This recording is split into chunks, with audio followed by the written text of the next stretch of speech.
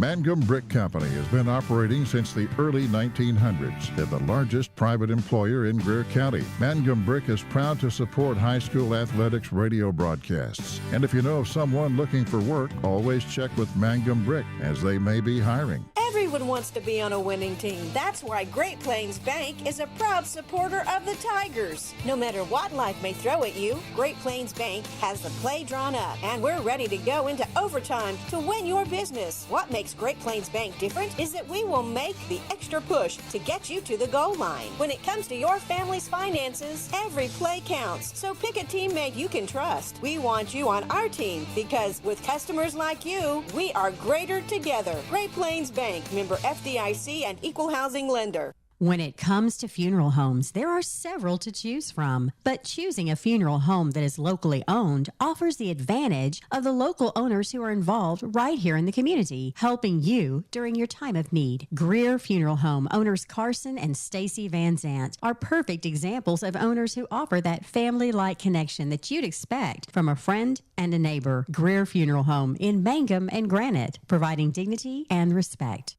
Something you should know about the Kendall Law Office. The Kendall Law Office is family-owned and local. They use up-to-date technology to ensure their productivity provides timely service to clients, and this always includes client access to our firm via email and text. Corey Kendall is experienced, hardworking, and honest. He always puts the client first, and all efforts are focused on the client's best interest. The Kendall Law Office. Locations in Altus and Mangum. Hi, I'm Anna with Dapper 14 Boutique at 209 North Oklahoma in Mangum. I would like to wish everyone a Happy New Year and invite you to visit our store. We feature clothing and accessories in all sizes for all ages. Start the new year off right with something special from Dapper 14. Come see us or visit us on Facebook or at dapyr14.com. Well, hi again, everyone. Welcome to basketball on Classic Hits 97.7, OK Sports.tv, Tiger TV, as we get set for a Monday night affair here. And no more Monday night football, so why not Monday night basketball? By the way, Chad Fox back at the controls. That's why you get that bumper music. You know, you get that quality ESPN production work because Chad Fox is here. Oh, boy, there's a lot of things we can't provide, but we can provide bumper music. Courtside here in Mangum, and I tell you what, the Hollis fans walking in the door here early on, Michael, they haven't been here since the renovations, the lighting, and everything. So they're impressed, and it's good to see. And the talk is all about what's maybe about to happen, either overnight or in the morning. So the only school, confirmation from everybody, the only school that has not canceled tomorrow is Mangum. Yep. So we'll desperately want to get that game in tomorrow night. And you never know. I mean, right. there's all kinds of moisture out there. We're going to get precipitation. There is no doubt about it. It is setting up to our west and to our south and to our north, even as we speak. I can feel it when I walked out of the DHS building. Now, will it be in liquid or frozen form? That remains to be seen. But when the National Weather Service issues a winter storm warning the day before, take heed. Yeah. You pay attention. So that goes into effect at 6 tomorrow morning. So on a brighter note, and I mean that quite literally, I was, and can we get a camera shot of this? Yes. I was blessed as I walked in with a wonderful tie-dye T-shirt. This is an original. You might be able to see that from the Hamburger Inn. Okay, this is awesome. This is some great stuff. Some of our listeners heard talk about the bright-colored shirts that Barnes was wearing and how Pennypacker was demanding it. Not Pennypacker, but actually Mangum was demanding it. And so you tell me, and I mean, they were waiting for me at the door, but you tell me that they were like doing some recon, getting my vehicle and everything else. Oh, yeah. They were ready to pounce on you. They had the package, the Eagle had landed. They were ready to get the information to you. So I said, is that hit? No. That drives a different vehicle. But anyway, that's good. That's good to see, and that is all Michael Barnes, baby. Let's see. Valerie Dreyer says, good evening, Michael. Looking forward to this one. Let's do this, ladies. Number 25, of course, Alyssa Dreyer. We go back to Saturday in what was a fairly close ball game for a while between Mangum and Hollis in the girls' fifth-place contest of the Tri-County Tournament. Mangum ended up winning that one by a final score of 44-29.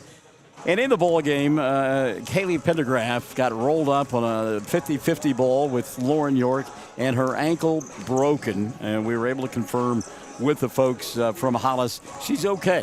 She's going to be all right. Not going to have surgery on it. Did previously, and actually was cleared to play in December. But, again, she's going to be okay, and we're glad to see that. Yeah, so. That is just you hate that for any athlete, but especially high school. You do not get these games back, this time back, and we got word that she just got cleared around Christmas, and to get re-injured like that is just, I don't care what team you're with or whatever, that is just stinks is what that does. And so we wish her the best in the speedy recovery. She, according to Coach Hightower, she's done for the school year, so she's going to go to WOSC, and we wish her all the best and a speedy recovery, and life moves forward. Trust a couple of old guys. The sun will come up whether you want to. It's going to come up tomorrow. David Cook loves the shirt, by the way. He's in Myrtle Beach, South Carolina. We need to go there and wear that shirt. I will say this, and in watching the football yesterday and a couple of times where people got ankles rolled up, seeing Kaylee out there, that was difficult for me to watch. I actually broke my tibia, not tibia. That's a cross between. I actually broke my tibia, like at the age of 25. Playing slow pitch softball in a very similar situation. I got rolled up, and so it was difficult for me to watch. I think one thing that really got to me as well is her teammates and Coach Reagan Hightower carrying her off the court. Yeah, emotional. Again, a lot of time, a lot of effort, and again, just deep down, you know, you just the camaraderie and stuff you do not get back. You're going to miss, but she's a part of the team, always will be, and she's a good person, so that's even better. Yeah, she's good little ball player too. That really going to be missed by them. Anyhow, we're ready for this one as we get set for Mangum and Hollis, round number 2, and actually both teams have played one another, both the girls and the boys. The boys played back in early January as they played in the tournament up at Merritt. So we look forward to this one. And again, Snowopolis is headed our way. And that game tomorrow night with Cordell probably not going to happen tomorrow night. It is homecoming, and so you would think that they'll do all that they can to reschedule that, especially given the fact that we've already lost a couple of games. Carnegie, because of the COVID situation with the officials that night back in December, and then the ball game with Lakeeba Sickles also lost. And so you get late in the season, you don't want to see that happen. No, you do not. And the playoff pairings they come out here for our classification next week. Right. Is that right? Okay, so week from Friday. Got it. So again, some of these wins critical, maybe make a difference on how much travel you have to make. So yeah, every game's important now, and like you said, time is running out. So everybody go out and get your couple extra cans of pork and beans, baby. I know you know this. I had forgotten it, but I was over the weekend. We had the opportunity to be with so many coaches. I was thinking that at some point our travels would take us back with both Hobart and Mangum back to Apache. Yeah. But Apache is a Class A school. They are. Yeah. And wow. I realized that, and I was thinking maybe we were talking regionals. They still could have regionals, and the next week games there. That's a nice facility. But yeah, you're right. Yep. So district's going to be, there's not a lot of 2A teams out here. A and B, yes, but not 2A. And so you're talking travels. There's Walters, and there's Minko's, and there's Amber Pocasset's, and some of those. Merritt and Sayre a little bit closer to home. Yep, some of those locations. So whatever it be, we'll be there with the Lady Tigers, have the video too, and donate to Van Shea Ivan. And on that editorial comment with the OSSAA, we will take a timeout, come back, get your starting lineups, because we got the word up going. I love this song. I cannot believe this is the walk-ups. This is too good. We've got the game coming up. We've got the starting lineups, the opening tap. It's Mangum and Hollis ahead of Snowopolis on Classic Hits 97.7. When you need auto repairs, save money and get it done right at Dwayne's Auto in Mangum. Dwayne's fixes flats, does brake jobs, turns rotors, alignments, that all-important air conditioning work, and general auto repair. If your car or truck isn't right, just head to Dwayne's Auto at 1205 North Lewis Tittle in Mangum. Call 782-5151. That's 782-5151. Mangum Tiger proud. Fresh floral arrangements created here in Mangum are the hallmark of owner Darla Hately at Flowers Unlimited. Remember that fresh flowers are a very personal and special gift that is so cherished when delivered for birthdays and anniversaries. She might say, you shouldn't have, but she'll be delighted. Flowers Unlimited. Call local at 580-782-2122. That's 782-2122. Flowers Unlimited in Mangum. Before the national anthem, just a quick reminder, we've got Winter Palooza coming up tomorrow with a snowstorm. But coming up on Saturday, Prima Palooza take place at Dapper 14. Gets underway at 10 o'clock. That's going to be a great event. Hope that you will be a part of that. So we get set for Mangum and Hollis, and we'll go to the public address announcer and the playing of the national anthem.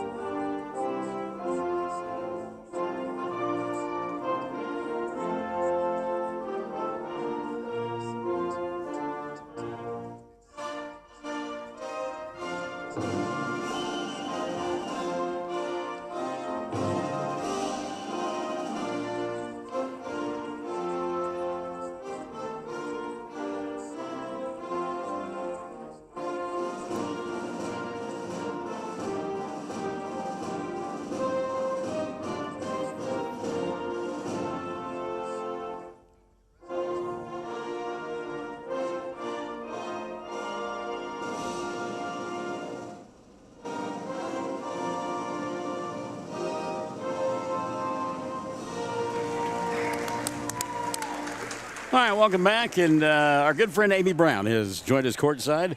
Amy, I don't think we're going to get a chance to see you and Bertie tomorrow night as Cordell was set to come to town. That disappoints us. And I had my purple pullover out a couple of years ago. I wore the purple pullover to Cordell, and Amy was like, really, Barnes? And so every year, Cordell Mangum, I wear that. I'll wear it anyhow. I'll tease you tomorrow, and we'll talk about it that way, Amy. Starting five being introduced here for Hollis. They come in 7-11 on the year. They're one of those Class A teams. And they will go with Tony Wisnett will get the start here tonight. Tony did not play on Saturday, but will start here this evening for head coach Reagan Hightower. And she'll be joined by Presley Riley, also getting the start, Blair Scorpia, Morgan Robinson. And the final member of that starting five will be Macy Copeland. So it'll be Copeland, Robinson, and Scorpia, along with Riley and Tony Wisnett will be the final member of that starting five for these Lady Tigers of Hollis, dressed in their road maroon uniforms with the white numerals and the white and black trim. Starting five for Mangum being introduced now, and they'll go with Lauren York. York had a huge day on Saturday as she poured in 23 in that victory over Hollis. She'll be joined by Alyssa Dreyer and Landry Lively, along with Brent Woodruss, and the final member of that starting five will be Morgan White. So it'll be York, Lively, and White, Woodruss, and Dreyer, the starting five for the Mangum Lady Tigers. They'll work on the right end of your listening and or viewing device. They're dressed in their home white uniforms with the orange numerals and the black and orange trim. So now a little Alan Parsons project. Boy, we're really going into the Wayback Machine now. As we get this one underway, put 8 minutes up on the clock. And the opening tap going to be controlled by Hollis. And a good job that time. Not only getting the tap, Presley Riley, but getting the ball as well. Riley in that loss had 10 on Saturday. She and Robinson, a couple of good-looking athletes. They're fun to watch indeed. Inside, ball going to be taken away. York, that time double-teamed Riley and got the steal. Lauren wanted to run, going to slow it down, though, on this first offensive possession. Morgan White flashed inside. Nothing there. Now ball going to be tapped out of bounds. And a good job by Wisnett to come across and knock it away. Just a freshman, and that's maybe why she didn't play this past weekend. Coaches will do that. They're freshmen. They want to play them in the junior high tournaments and keep them out of those varsity tournaments. Be my guess there. Reagan Hightower, one of those that develops kids. Pass too tall. Lauren York in the corner, out of bounds, and getting it back will be Hollis on the turnover. Mangum is going to come out in full court pressure defense. By the way, we've talked about Snowopolis, the apocalypse that is expected to occur. In all seriousness, winter storm warning does go into effect for the entire western half of Oklahoma at 6 tomorrow morning, stays in effect until 6 on Wednesday morning, and upwards of 4 to 6 inches of snow, heavy, wet snow as well with that system. And the moisture, hey, we're okay with that. Out high with it, there's Scorpia. Blair going to reset now. A minute gone by here in the first. She'll bring it to Presley Riley. Robinson flashing inside, looking for the ball. They'll give it up to Wisnett outside, and her pass too tall. And again, the youngster looking over at coach like, I didn't mean to do that. Please don't take me out of the lineup. So both teams coming out a little sluggish here to begin the ball game. And again, you come off of a weekend where you play 3 games in 3 days. You have that 1 day off, and then you're right back out on the court. And it's a little bit of a change for the circadian rhythm.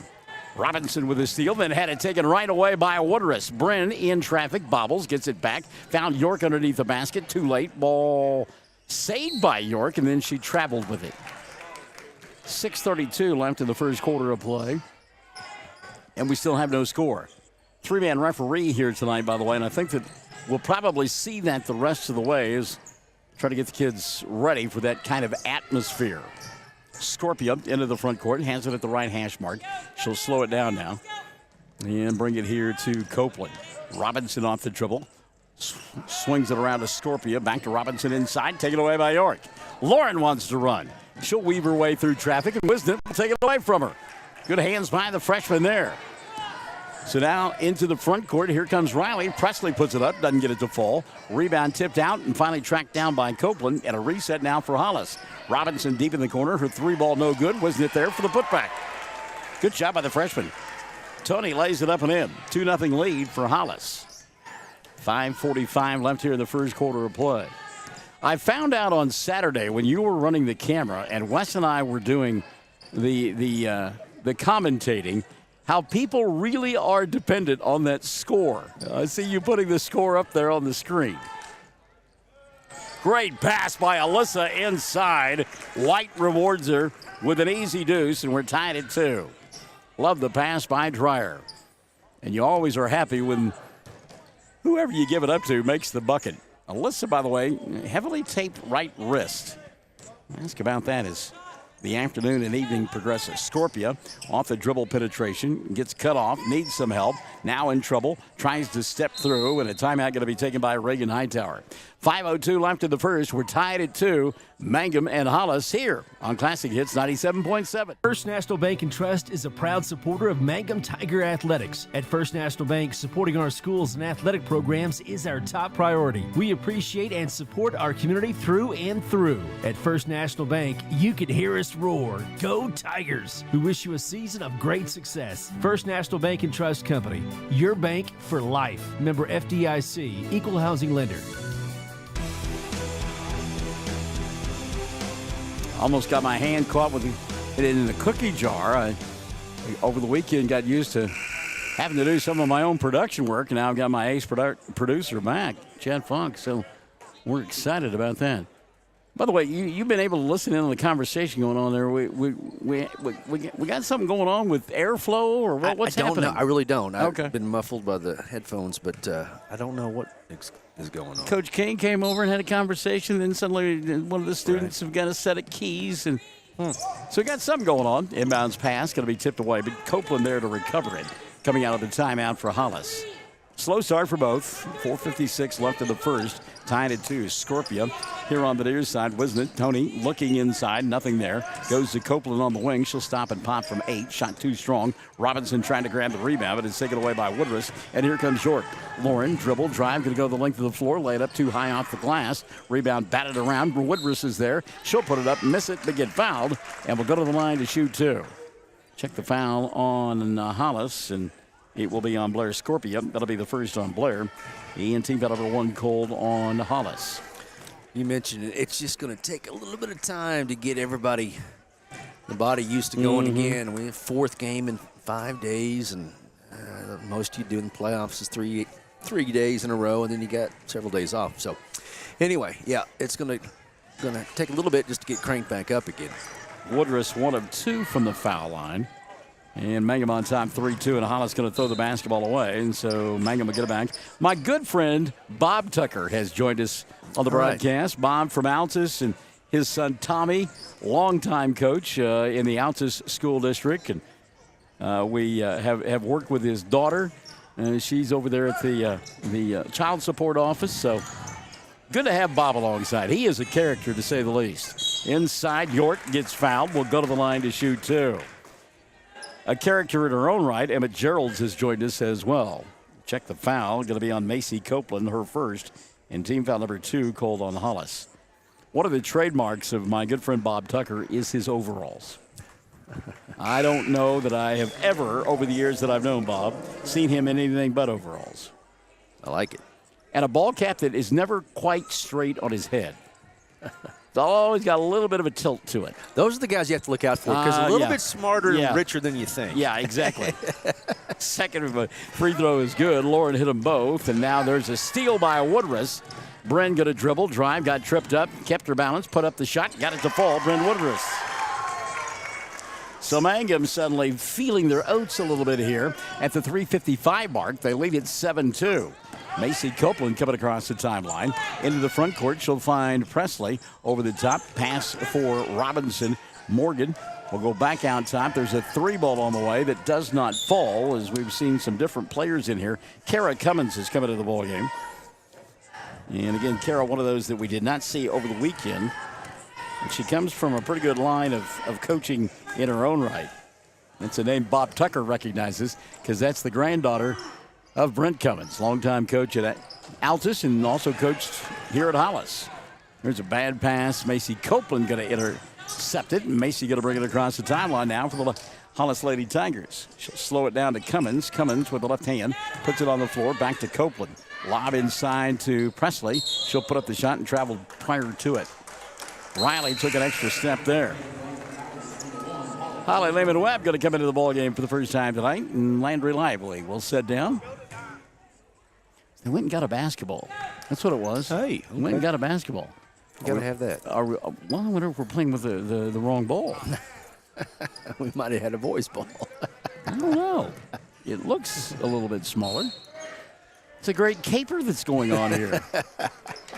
Ball knocked out of bounds. Brian Bingham's says, I need a timeout. 2:59 left in the first. His club leads at 7-2 on Classic Hits 97.7. It's important to take care of your eyes, so make an appointment soon with Dr. Michael Geiger in Altus, Seth Geiger in Frederick, and Bryce Geiger in Elgin, and a new addition to our staff, Dr. Maddie Rhodes. The Geigers are professionals and very good at what they do. Geiger Eye Care is proud to support youth and sponsor sporting events. They encourage you to attend all the events you can and be involved with our youth. Geiger Eye Care, Michael and Maddie in Altus, Seth in Frederick, and Bryce in Elgin. Make an appointment soon with Geiger Eye Care, Altus, Frederick, and Elgin. You know, one thing I like about that forecast says heavy, wet snow, which means lots of precipitation. Don't think it's going to stick around very long, so it melts. And, boy, we need that precipitation. Yes, we do. You drive by it a lot, and I do too. But that lake needs water. Yeah. Needs water. Everybody needs water. But, over ice, I tell you what, I take it every time.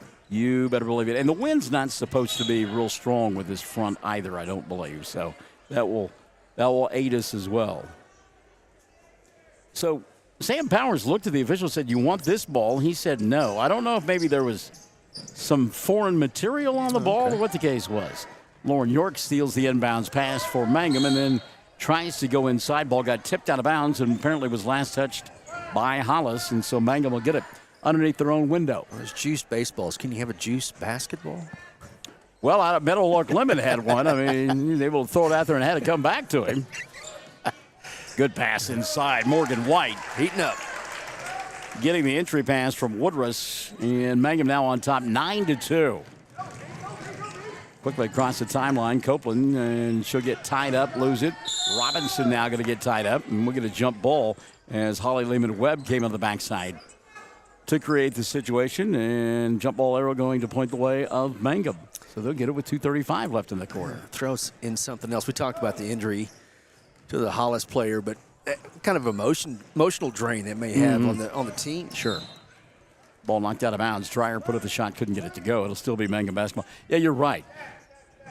Because she was an emotional leader, Kaylee Pendergraph, and then to see that happen, and that's tough. And I had a lump in my throat. It was difficult for me to talk during that sequence. It was hard to watch. 2:15 left here in this first quarter of play. Give, go, glass, and good. Woodruss. How about the ball movement tonight by Mangum? Yep, very nice. Quick. They lead 11-2 with 2:05 left in the first. Ball knocked out of bounds. Good defense by Holly Lehman-Webb, and it will still be Hollis basketball. 2:07 shows on the clock. Robinson with the inbounds pass. Morgan dribble, drive, kicks, corner. 3 on the way. Too hard for Presley Riley. Trying to get her own rebound, but it was taken away by Morgan. White now giving up the dribble. Into the front court, she'll go to Holly. Lehman-Webb in the corner. Woodruss. Bren puts it on the floor. Robinson will knock the ball out of her hands and knock it out of bounds. And it will still be Mangum ball. 1:49 left here in this first quarter of play. Down in the corner, that's Lehman-Webb, and we'll get a jump ball. The arrow going to point the way of Hollis, I believe, and it is Hollis's basketball. Hey, Alex, little Freddie Solis has joined us. He says, hey, Barnesy. Alex, one of the many that can consider themselves an alumni of the Altus Merchants softball team. That's some high cotton there. Another jump ball is getting knocked to the ground was Macy Copeland. Mid a tie up and a jump ball. I asked you this off the air. Is there any kind of a secret handshake y'all have or anything? Or no, it's just one of those things. There's things you've been through. Yeah, there really is. Some that are funny, some that are tragic, and there's a push-off going to be called on Alyssa Dreyer, and some that are, you can't talk about. Well, no, there's a seminal moment, and I mean, anybody that was there was probably about 22 ball players today that we buried number 1, Dirk Bagwell, a few years ago, and it was just Dirk all the way. And those who knew Dirk know what I'm talking about. First of all, we didn't know what to do. There were like 20 guys trying to carry his casket. Nobody knew what to do. Ball knocked out of bounds by Dreyer. It'll still be Hollis basketball. And then later in the day, we found out that the vault wasn't big enough for him. And so they had to bring in another vault. It's so Dirk. Yeah, it was so Dirk. I mean, he to the very end. I mean, he was in control. He wore number 1 on our softball team, and it was the only guy who could do it. And I've always said anybody who wears number 1 has got to be loaded with confidence. Holly Lehman-Webb, for example, for the Mangum Lady Tigers. There's a 3 put up by Copeland, won't go, and Holly has the basketball in front of us. She'll give up the dribble and go to Alyssa. Now over the top to Loring. York, dribble, drive, jump stop, nothing there. Back to Lehman-Webb. Now Alyssa, a deep 3. That's well off the mark. Ball loose, and finally going to be picked up by Presley, and then she'll get tied up, and Riley and a jump ball. Alex says, here's our secret handshake. Open the silver can with the Blue Mountains. I did hear about that handshake. Yeah, that's probably right. Inbounds pass, lost out of bounds. Last touch by Mangum. I love that. That's good, Alex. You're right. Oh, my goodness. Carlos Martinez Peralta says, let's go, ladies, on my way. Love my 24, Ian Martinez. See if he can't get here on time. Middle of the floor, that's Wisnett, and bobbed the ball, but a nice little pass that she was able to get through to Presley Riley, and Riley will lay it up and in for 2. First 2 for Hollis since that opening 2 points. It's 11-4. Woodruss made the extra pass there. Probably should have taken the shot. Ball knocked out of bounds. Lana Earls will come into the ball game now. And setting down will be Macy Copeland. Should have known Freddie would be the one that would come up with that. How about Dreyer clearing out space inside? Missed the shot, got her own rebound. A second time it won't go. And Holly Lehman-Webb going to get tied up, go to the floor. She is tied up with Presley Riley, and the arrow going to point the way of Mangum underneath her own window with 18.2 left in quarter number 1. Brenda inbound. Woodruss. She'll go to Morgan White, who had it knocked out of her hands from behind. And Brian Bingham wanted to foul there, and I don't know that he shouldn't have gotten one. So here comes Morgan Robinson and company. Robinson off the dribble. She'll challenge, go inside, and get fouled, and will go to the line to shoot two. Good defense by Dreyer. There was some weak side defense that came to help, and that was the call on Morgan White. So number 1 on Morgan, and that'll be number 2 called on Mangum. At the free throw line, Morgan Robinson, a half a dozen points in Saturday's game, misses the first of 2 free throws. Our old buddy Derek Burnham has checked in. Derek, hope you're getting ready for the big snowstorm, buddy. Second one on the way here, no good. High to get the rebound, Alyssa Dreyer. Getting into the hands of a ball handler. That's Lehman Webb, middle of the floor. They're trying to beat the clock. Woodruff, dribble, drive, a shake, a bake, and didn't get the shot off. So at the end of 1, Mangum on top, 11-4. Mangum in front of Hollis at the end of 8 here on Classic Hits, 97.7. Greer County Farm Bureau agents Mickey Lively and Rod Calhoun support high school sports. Mickey and Rod offer insurance for property, auto, casualty, life, commercial, and crop insurance. They're ready to serve you at 231 North Oklahoma in Mangum. Call 580-782-3827.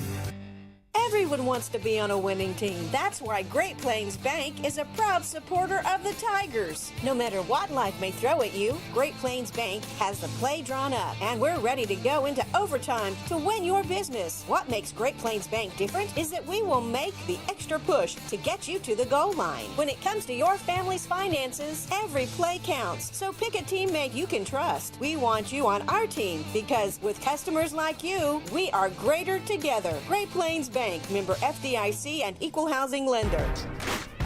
Cecilia Panetta has joined us for period number 2. Jennifer Reisner says, let's go, ladies. Mangum on top, 11-4. They got 5 in the first quarter from Ren Woodruff, 4 from Morgan White, 2 from Lauren York. Mangum 3 of 4 from the foul line in the first quarter of play. Tony Wisnett got a pair of points, and Presley Riley did as well for Hollis. They were 0 for 2 from the foul line. Mangum 3 of 4 from the charity stripe. Charles Stowe says he is at the game. We need to know that. So, Charles, we're glad that you're here. You know what I should do? I should have folks come by and sign the T-shirt. I just now thought of that. It's a great idea. So let's do that. If you're here or you're on your way here, and we'll get the kids to do it as well, sign the T-shirt. Come on by and sign. I don't have a Sharpie. You'll have to bring one, or we'll get one somewhere. But come sign the T-shirt. Let's do that. That'll be fun. We'll get that thing signed and wear it sometime when it's a little bit warmer. Hollis with the ball to begin the second period of play. They work on the left end of your listening and or viewing device. Wisnett with the ball up high. The freshman will give it up now to Presley Riley. Riley trying to force it inside, taken away by Woodruff, and she wants to run. Bryn quickly into the front court, kicks it back out top. Lauren from 15, shot off the mark. Rebound, though, Holly Lehman-Webb in traffic. She'll put it up. That won't go. White will try, not get it to fall, but Morgan is fouled, and will go to the line to shoot 2. Check the foul on Hollis here. And it'll be on Blair Scorpion. That'll be the second on Blair. Team foul number 3 called on Hollis. So to the foul line to shoot 2, Morgan White. So Charles Stowe, if you're here, as you said you are, come on by, sign the shirt. Get a Sharpie if you would, please, and sign the shirt. And then we'll get everybody else to sign it. So you got to leave the Sharpie, by the way. Back into the ball game now. Lana Earls for Hollis. Second free throw, no good for White. Woodruff battling for the rebound. We'll get a jump ball, and the arrow going to point the way of Mangum. So they'll get it underneath their own glass. Our good buddy Trent Shelby dropping by. Trent nursing a bad shoulder, but getting better, he tells me. Inbounds pass. Caught here by Morgan White. Then they go inside. White bobbled the ball, got it back, and resets it to Holly Lehman-Webb. Landry in the corner to Bryn. Woodruff's little ball fake now goes inside. Stops, pops, shot short. Rebound put back Morgan White, who the last week or so has made a killing doing that. She has had some garbage time going on. Steal by Woodruff on the inbounds play. Bryn in traffic, kicks it to White. Can't handle the pass, tries to recover, and will get a jump ball in there. Going to point the way of Hollis. 6:56 left in the first half of play. 13-4 ball game. And I'm dead serious about it. You're coming to the field house. Let's get a Sharpie. Let's start signing this T-shirt. It's right here by me. We'll get it signed. Run out for Robinson. Morgan stopping, popping, and scoring. Nice pass there by Atlanta Earls. Morgan now with 2 in the ball game. Back the other way comes Mangum. They lead 13-6, 6:35 left in the half. Shot no good there by Mangum, and Robinson there to collect the rebound. Robinson, good-looking ball player. Pass too tall down below us. Macy Copeland couldn't climb the ladder as Kara Cummins has come back into the ball game for this group from Hollis. Woodruss to inbound. She'll go to Lively. Check the 5 on the floor for Mangum. It's Landry along with Bryn, Lauren York, Holly Lehman-Webb. And the final member that's 5 for Mangum will be Morgan White. Lively wanted to go inside to get a substitution now. Alyssa Dreyer going to come in. Trying to see who that ball went off, and they said it went off of Mangum. Apparently last touch by York. Coach was saying if you make that pass 3 steps sooner, it's an easy bucket for us. Hollis will throw it away on the other side. Morgan Robinson could not track that one down.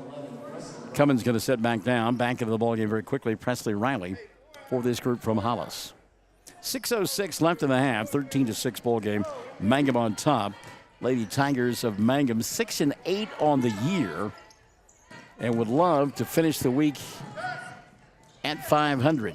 They had designs of being above 500, but that game probably not going to happen tomorrow night against Cordell. There's a 10-footer on the left wing. Rattled home by Alyssa Dreyer.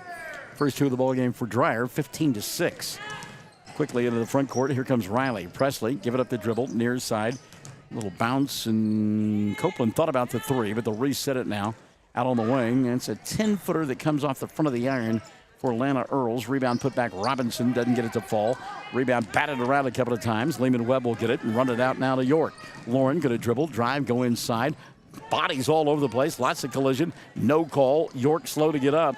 Now just getting back across the timeline. Macy Copeland into the front court. She'll leave it. 3 ball on the way. Riley. Presley couldn't get it to fall. And on the rebound, we'll get a jump ball. And the arrow going to point the way of...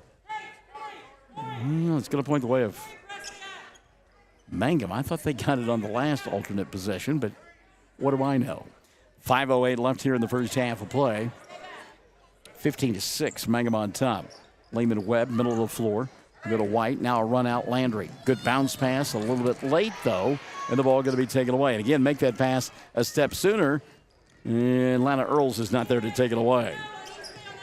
Woodruss quickly back up off the bench. She'll come in at the next dead ball. Copeland on the penetration. She'll go to Earls. Now Wisnett for 3. Doesn't get it to fall. Battle for the rebound. Tracked down by Morgan. White will go to York. Head on a swivel, looking down the floor. And now she'll slow and let traffic clear by. Resets it to Lehman-Webb between the 2 circles. Ooh, dangerous pass there. Good job by York to go get it. Lauren in the corner. She'll give it up to Lively for 3. Shot won't fall. Wisnett with the rebound. And a run-out opportunity now for Hollis.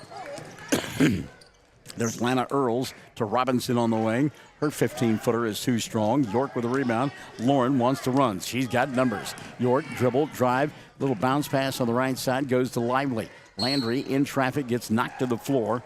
And a foul will be called on Hollis. Call this one on Morgan Robinson. First on Robinson. And that'll be team foul number 4 called against Hollis. Lively setting down in a little bit of pain. And Woodruss will take her place. Maddie Paxton set to come in as well. So Paxton will come in. And Lauren York going to sit down. Wasn't sure who was going to come out of the ball game. So Woodruss to inbound. Bren looking. Gets it to White. Morgan had to go through her hands. Now will recover deep in the corner. And a reset. Alyssa will get it. Good catch by Dreyer. In traffic. She'll put it up and in. Alyssa Dreyer. Athletic move there. Not only on the catch, but able to gather herself and then lay it up and in for the deuce. 17-6 ball game. 3:45 remaining in the half. Mangum on top. Off the penetration, Riley goes right side.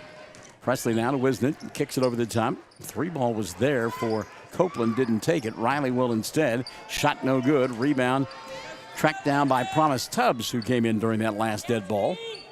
First time we have seen promise tonight. We saw her on Saturday with this group from Hollis. 3:20 and running in the first half of play. Hollis on the left end of your listening and or viewing device, trying to work her way inside Earls. Now they'll kick over the top. She'll go back to Tubbs. Tubbs, double team, foul. Maybe on Holly Lehman-Webb, given her body language and facial expression. It will be on Holly. On Lehman-Webb, her first and just the third team foul on Mangum in the first half of play. White will sit down now, and Lauren York will come back in. Pace of this one has slowed a bit, wasn't it? Thought about the three on the inbounds pass, then tried to dump it inside, but there's Woodruss on the steal. Bren into the front court, head on a swivel, gives up the dribble over the top. She'll go to Dreyer. Alyssa in the corner, left side. Three on the way for York, comes up short. Battle for the rebound and a jump ball. And the arrow going to point the way of Hollis. Jump balls are pretty quick here this evening. They're not letting them wrestle for it a whole lot. Let me tell you about our good friend Brandy Webb, who has joined us on the broadcast. Brandy, good to have you alongside. 2:50 left here in the first half of play. Your Mangum Lady Tigers on top, 17-6. And that's got to be a foul on Maddie Paxton. She just grabbed Macy Copeland. So the foul, Maddie got, she's going to get all of it if she's going to get one. Maddie's first and 4 now on Mangum in the first half of play.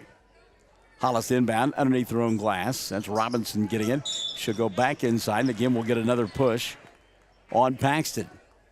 So back-to-back fouls on Maddie. Team foul number 5 called on Mangum. Robinson to inbound underneath her own glass. Morgan looks, now finds on the wing. Scorpio. Blair reset out high. They'll go to Robinson again. Now up top, 3-ball fired. Riley. Presley shot no good. Dreyer with a rebound, runs it out to Woodruss. Bren in traffic, going to get called for the carry. Mangum had numbers and couldn't take advantage. 2:25 left here in the second quarter of play. They're learning to run the floor. That is, they're not a typical fast break team, and so they're learning that. And Coach Brian Bingham not upset with the way they're going about their business. 3-ball comes up short there for Morgan. Robinson on the rebound will get another jump ball, and Mangum will get it on the alternate possession. 2:17 left here, first half of play. Tubbs will knock it out of bounds, and Mangum will reset. Brian Bingham not happy with that selection on the inbounds pass effort. This time, Holly Lehman-Webb will get it and go right back to Bren. They play catch coming across the timeline, and now Alyssa gets it underneath the basket, wide open, and lays it up and in. Good job of running the floor that time by Mangum. Dreyer now, a half a dozen in the quarter. 6 on the ball game, and her club leads it by a baker's dozen 13, 19-6. That ball's headed for the backcourt. Good save, though, by Presley Riley. Boy, she did a good job to get it to Robinson. Robinson now wanting to give and go, but York is there to slap it away, and here comes Holly the other way. Lehman-Webb in traffic, a shove in the back, because beaten that time down the floor was Presley Riley, and kind of like a defensive back gets beat on a long play, you just commit the foul not to give up the touchdown and or the score. Inbounds pass York, fakes, goes inside and gets clobbered. She'll go to the line to shoot 2. That may be on Morgan Robinson. Let's see. It will be number 2 of the night on Morgan. And team foul number 6 called on Hollis. So Lauren will go to the line to shoot 2. York got 2 points, and it came from the free throw line early in the ball game. First of 2 on the way. We jinxed her. She'll get 1 more. Mangum 3 of 4 in the first quarter of play from the charity stripe. But this period they're 0 for 3. Second free throw now on the way for Morgan. Or for Lauren, rather. And it's good. So Lauren, 1 of 2. Has 3 and all from the line. Mangum by 14, 20-6. With 1:35 left in the first half of play. Cummins has come back into the ball game. Kara inside with the left hand. Shot doesn't go. Rebound tapped out, and there's Holly Lehman-Webb to get it. Doesn't have the numbers. She doesn't care. She'll attack 1-on-4, lose the ball, and have it taken away by Presley Riley. Scorpio, who's come back in, will bring it across the timeline. Blair going to leave it now for Macy Copeland. Copeland tried to weave her way inside, got cut off out high by Paxton. Little bump and a bang there. Tough shot put up. Did not fall for Presley Riley. Morgan Robinson battling for the ball. Falls down and gets called for a travel. That's tough. Robinson went down in a heap and got called for the travel. Lehman Webb will sit down, and Morgan White will come back into the ballgame. Minute left in the first half of play. Mangum in front, 20-6. Maddie Paxton in the front court. She'll go to Dreyer. Good look inside. Woodruss. Reverse layup good. Woodruss was 7 in the ball game, and some of that excellent ball movement we have seen tonight by Mangum on display there. 40 seconds left, first half of play. 22-6. Presley going to go inside, and I think Riley going to get a chance to go to the free throw line. Let's check. Yep, foul on Alyssa Dreyer. Going to be the second of the evening on Alyssa. Team foul number 6 called on Mangum. And with 35 seconds left to the foul line to shoot 2, Presley Riley. First one, no good. Presley will get one more.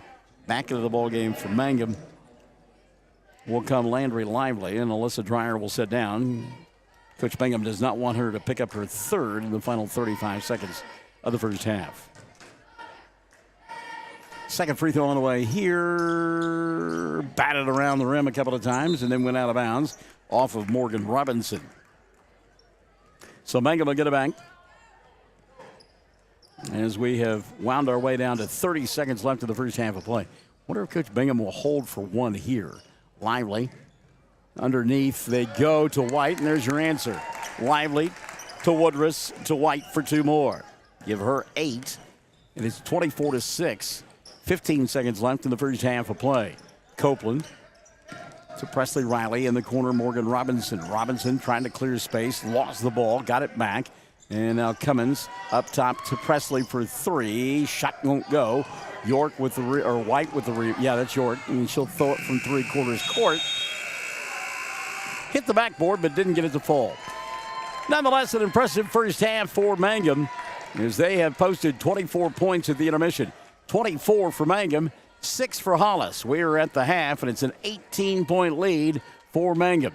Stick and stay. Halftime numbers coming up here on Classic Hits 97.7. When it comes to funeral homes, there are several to choose from. But choosing a funeral home that is locally owned offers the advantage of the local owners who are involved right here in the community, helping you during your time of need. Greer Funeral Home owners Carson and Stacy Van Zant are perfect examples of owners who offer that family-like connection that you'd expect from a friend and a neighbor. Greer Funeral Home in Mangum and Granite, providing dignity and respect. Great food made fresh with the best ingredients possible under the direction of Chef George is what you'll find at the newly remodeled J&P Mexican Grill in Mangum. Now, if you haven't tried the Mexican and American favorites at J&P Mexican Grill, what are you waiting for? They're open Tuesday through Saturday for lunch, dinner, featuring homemade desserts. For takeout, call 580-706-5042 and like them on Facebook. J&P Mexican Grill in Mangum. Jamie's Auto is proud to sponsor Mangum Tiger sports coverage. When you need a new-to-you reliable vehicle, always remember to visit Jamie's Auto Sales on Lewis Tittle in Mangum. Jamie makes it easy to buy a great used car with 5 lenders available, and your new-to-you vehicle comes with a 3-month 4,500 GWC powertrain warranty. Talk about peace of mind. Remember Jamie's Auto in Mangum for your next vehicle purchase. And go Tigers. At the half, it's a 24-6 ball game.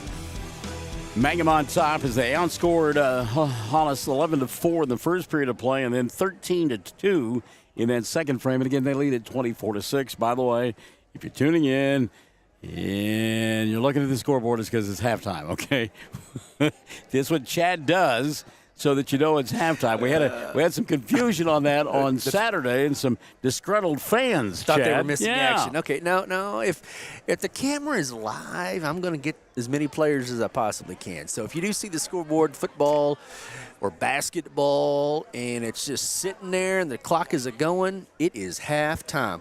All right. Some explanation, Holmes. We like that. That's good. Good balance for Brian Bingham in the first half of plays. He got 8 from Morgan White, 7 from Brendan Woodruss. Alyssa Dreyer has got 6 and 3 for Lauren York. Mangum showing good ball movement in that first half of play. 4 of 8 from the foul line. That's the only bugaboo. They went 3 of 4 in the first, and now 4 of 8 at the intermission as they only made 1 of 4 in that second period of play. Foul situation for Mangum. Let's see, Dreyer has got 2, Paxton has 2. Those are the only players with multiple fouls. Mangum only had 16 fouls in that first half of play. Meantime, on the other side of the ledger, 2 apiece for Presley Riley and Morgan Robinson, 2 as well for Tony Wisnett. And again, it is a 24-6 ball game. From the foul line, Hollis is 0 for 4. In the foul situation for Hollis, Blair Scorpion has a pair. Morgan Robinson with 2 as well. This is the first of 2 here tonight on Classic Hits 97.7. The boys will renew their rivalry. They played back on, the 6th of January, an infamous day in American history, and Mangum won that ball game 44-37. At the half here, it's 24-6, Mangum on top. And again, I want you to and I'm being serious about this, and I haven't had anybody do it yet. I know once we start, somebody will start signing this shirt. The Sharpie is not just maybe available in the Mangum gym. We may have to go to the coach's office and snag one. There's Coach Pennypacker down there sitting in the. I'll go down there and ask him. Yeah, so we want you to sign this shirt. We've got a hamburger in shirt. This is an evening edition.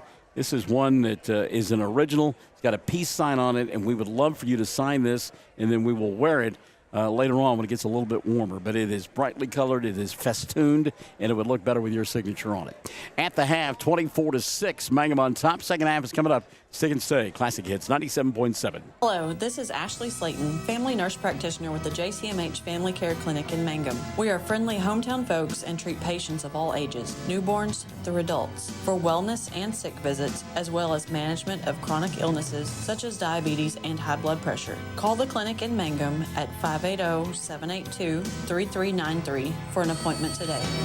Jackson County Memorial Hospital.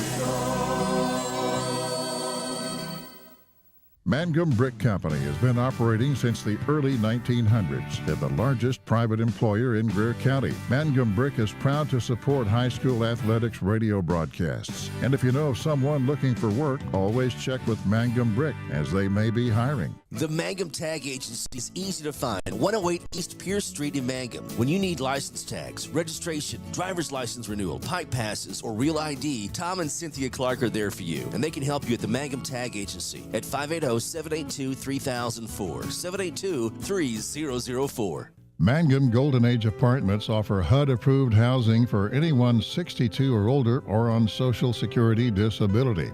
They have 1 bedroom and efficiencies which include all bills paid, including Wi-Fi.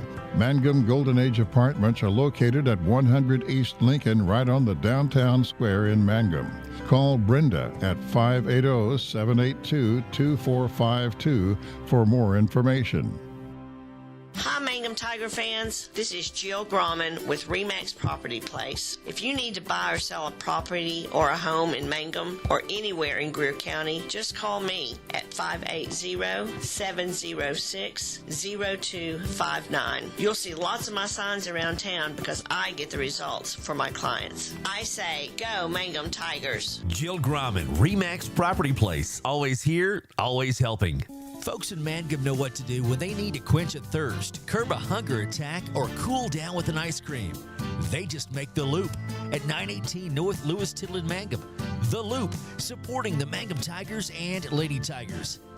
Triad Home Health in Mangum is locally owned and offers nursing, physical therapy, occupational, wound care, IV therapy, and more. All administered by people who go above and beyond for you. Phone Triad Home Health today at 580-782-5800. That's 782-5800. If you started college but haven't finished, you may feel like your story is already written. Remember, you're the author, and where your story goes from here is up to you. Finish your degree with Reach Higher at Western Oklahoma State College. Reach Higher can put you on a program path designed to help you earn your associate degree from Western. Start writing your next chapter today. Visit wosc.edu/reach to find out how. Reach Higher with Western Oklahoma State College. Call 580-477-7742.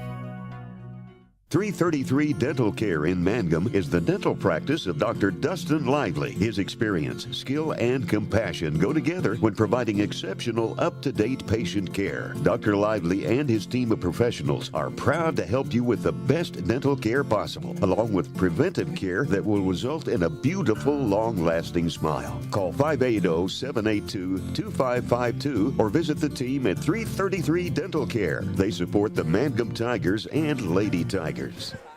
All right, by hook or by crook, we were able to come up with a Sharpie. Sam Powers, Coach Pennypacker, part of that, and actually Coach Pennypacker the first to sign. So here we go. Got the T-shirt. We've got the Sharpie. It's time to come sign the T-shirt now, and we'll do that for a couple of ball games. And at the end of the season, we'll wear that. Hopefully, it'll be a little bit warmer. We won't have Snowopolis on the way. It'll be Hollis ball to begin the third period of play. They'll work on the right end of your listening and or viewing device in their road maroon uniforms, white numerals, white trim, and going inside Presley Riley. Shot didn't go. Battle for the rebound. Boy, Alyssa Dreyer and Blair Scorpio will collide. Blair hold her head over her mouth because she's laughing, and Alyssa went down in a heap, and Coach Bingham said she was safe at the plate. So after all of that, it'll be Mangum basketball. Bryn Woodruss along with Dreyer, Lauren York, Morgan White, and Landry Lively on the floor in their home white uniforms, orange numerals, orange and black trim. Woodruss off the bounce and got it to go. And Bryn can do that. She can stop and pop and knock it down from about 10. Give her 9 in the ball game, and it's now 26-6. Let's go, Lady Tigers. Keep up the hard work from David Henry. Good to have you alongside tonight, David. Morgan Robinson getting the start in the second half. Tony Wisnett also getting the start here for head coach Reagan Hightower. Macy Copeland, who goes inside to Robinson. They'll reverse it now to Wisnett for 3. Front of the iron doesn't go. Followed her shot, put it up and in. Great job by the freshman. She's one of those that is going to come along real quickly. She's from a pretty good line of athletes, and she looks pretty good. Give her 4 in the ball game, and it's 26-8. 6:40 left in the third period of play. Woodruss over the top. York going to attack, go inside, and put it up. Came up short. Ball tapped by Woodruss right in the hands of Robinson, and here comes Morgan.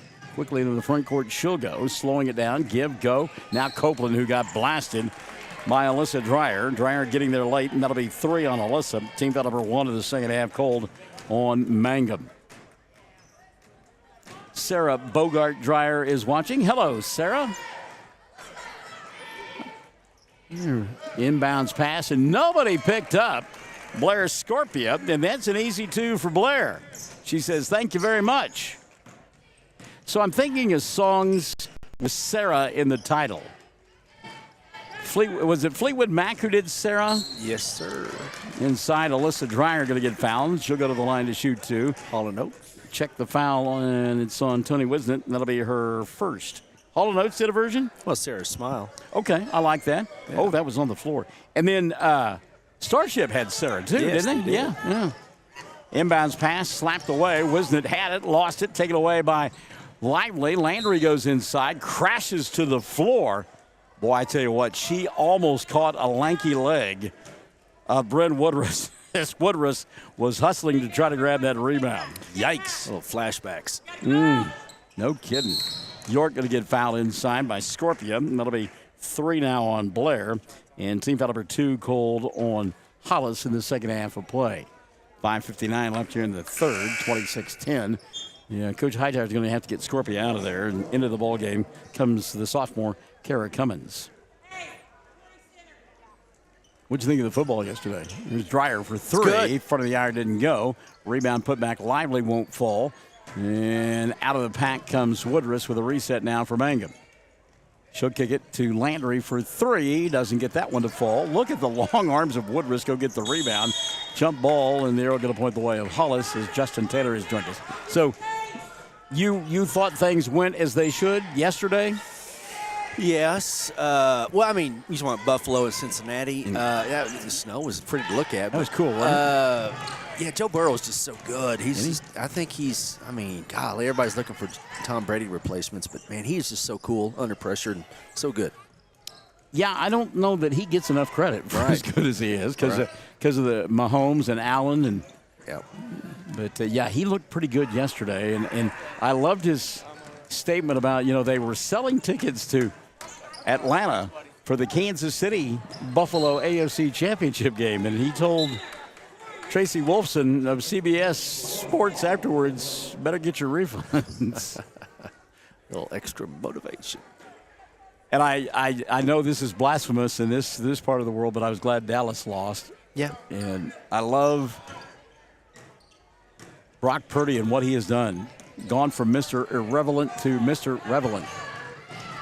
Riley inside. Presley's shot came up short, and the rebound going to be taken away by Woodruss. Good job by Bryn. Her long arms just seem to be everywhere. Haley Gale Panetta has joined us. Hello, Haley. All the way, Holly Lehman-Webb has come back into the ballgame. She'll pass it to Woodruss, who bobbled it, went and got it. Found Dreyer, who took a drop step inside. Missed the shot, but will go to the line to shoot two. They shared a photo today of last time Jalen Hurts and Brock Purdy played each other in the Big 12 championship game. Oh, yeah, I forgot about that. OU won 42-41. Wow. So, yeah, very cool. Jalen Hurts is another one of those guys that needs to get some more accolades. But he will. But, yeah, he's solid as a rock. 49er defense was very good. Dreyer hits the first of two. Second one no good. And the rebound taken away by Hollis. Of course, big question in Kansas City is Patrick Mahomes and that ankle. Yeah. Are you a biggest Chief fan? Is you a Royals fan? No, not even close. Gotcha. Not even close. Gotcha. Cummins for three. Line drive, left-hander. Batted around the rim a couple of times. Couldn't get it to go. Ball loose underneath the basket. Presley Riley will get it. She'll go back to Robinson. Morgan, skip pass, taken away by Lauren, and York wants to run. Doesn't have the numbers. She'll stop and spin around and give it up to Lehman-Webb. Holly to Alyssa. Now a reset to Woodruss. No, I mean, I love Mahomes. I love the way he plays the game and has so much joy. I for whatever reason, just didn't really care for the Chiefs nearly as much as I did the Royals. Alyssa puts up a shot, doesn't get it to fall. We'll get a battle for the rebound, and a jump ball in the air going to point the way of Hollis. Nope, Mangum. Of course, the Chiefs have been to 4 Super Bowls and won 2. Did I have that right? Hey, you would know what. I'd have to look her up. Woodruss inside. Ball swatted away by Morgan Robinson. Brian Mangum says, wanted a foul there. They lost the original one to the Green Bay Packers. They beat the Minnesota Vikings in 1970. They lost to Tom Brady and the Buccaneers, right? And they beat San Francisco. Do I have that right? That sounds fairly accurate. Lively, halfway down, didn't stay, and it came back out. I love some of the NFL films. Hank Stram. Oh, the guy was great. On the sideline. Matriculating down the field. Let's just matriculate it down the field, boys. And, one of the nice things, given my age, there's a steal by York, couldn't hold on to it. Cummins will get it back, and now she'll get grabbed on the arm by Woodruss. But growing up and playing football in the YMCA leagues there in the Independence metro area, we got to do a lot of banquets with Kansas City Chief football players and coaches. And never got to be at an event with Coach Stram, but Lynn Dawson, Jan Stenerud, cool. Otis Taylor, Bobby Bell, some great names from yesteryear. And anybody under the age of 40 is like, who is Barnes talking about? Google those folks. Google it. Yep. Tough shot here by Presley. Riley couldn't get it to go. York with a run out. She's flying down the court, stopping, popping, too far underneath the basket. Put back Woodruss, no good. Lively going to get whacked across the face, and Landry will get a chance to shoot a couple. I think they all three got whacked across the face. But anyway, yeah, Landry got hit hard, but that's why you hustle down the court. Mm-hmm. Team foul number 4 called on Hollis in the second half, and they called it individually on Presley Riley. That'll be her second, and 27-10, and again, Coach looking for some learning moments here for his ball club, and again, running fast breaks, getting proper angles on shots. On the rebound, lost out of bounds. Mangum missed both free throws, but Hollis lost the ball out of bounds. But, and I know you thought that Lauren got hit on that layup, but her steps were off a little bit. Yep. She's too far underneath. Yep. And again, 4 games in 5 days, it's more mental at this point. That's exactly right. Woodruss, her pass taken away by Robinson.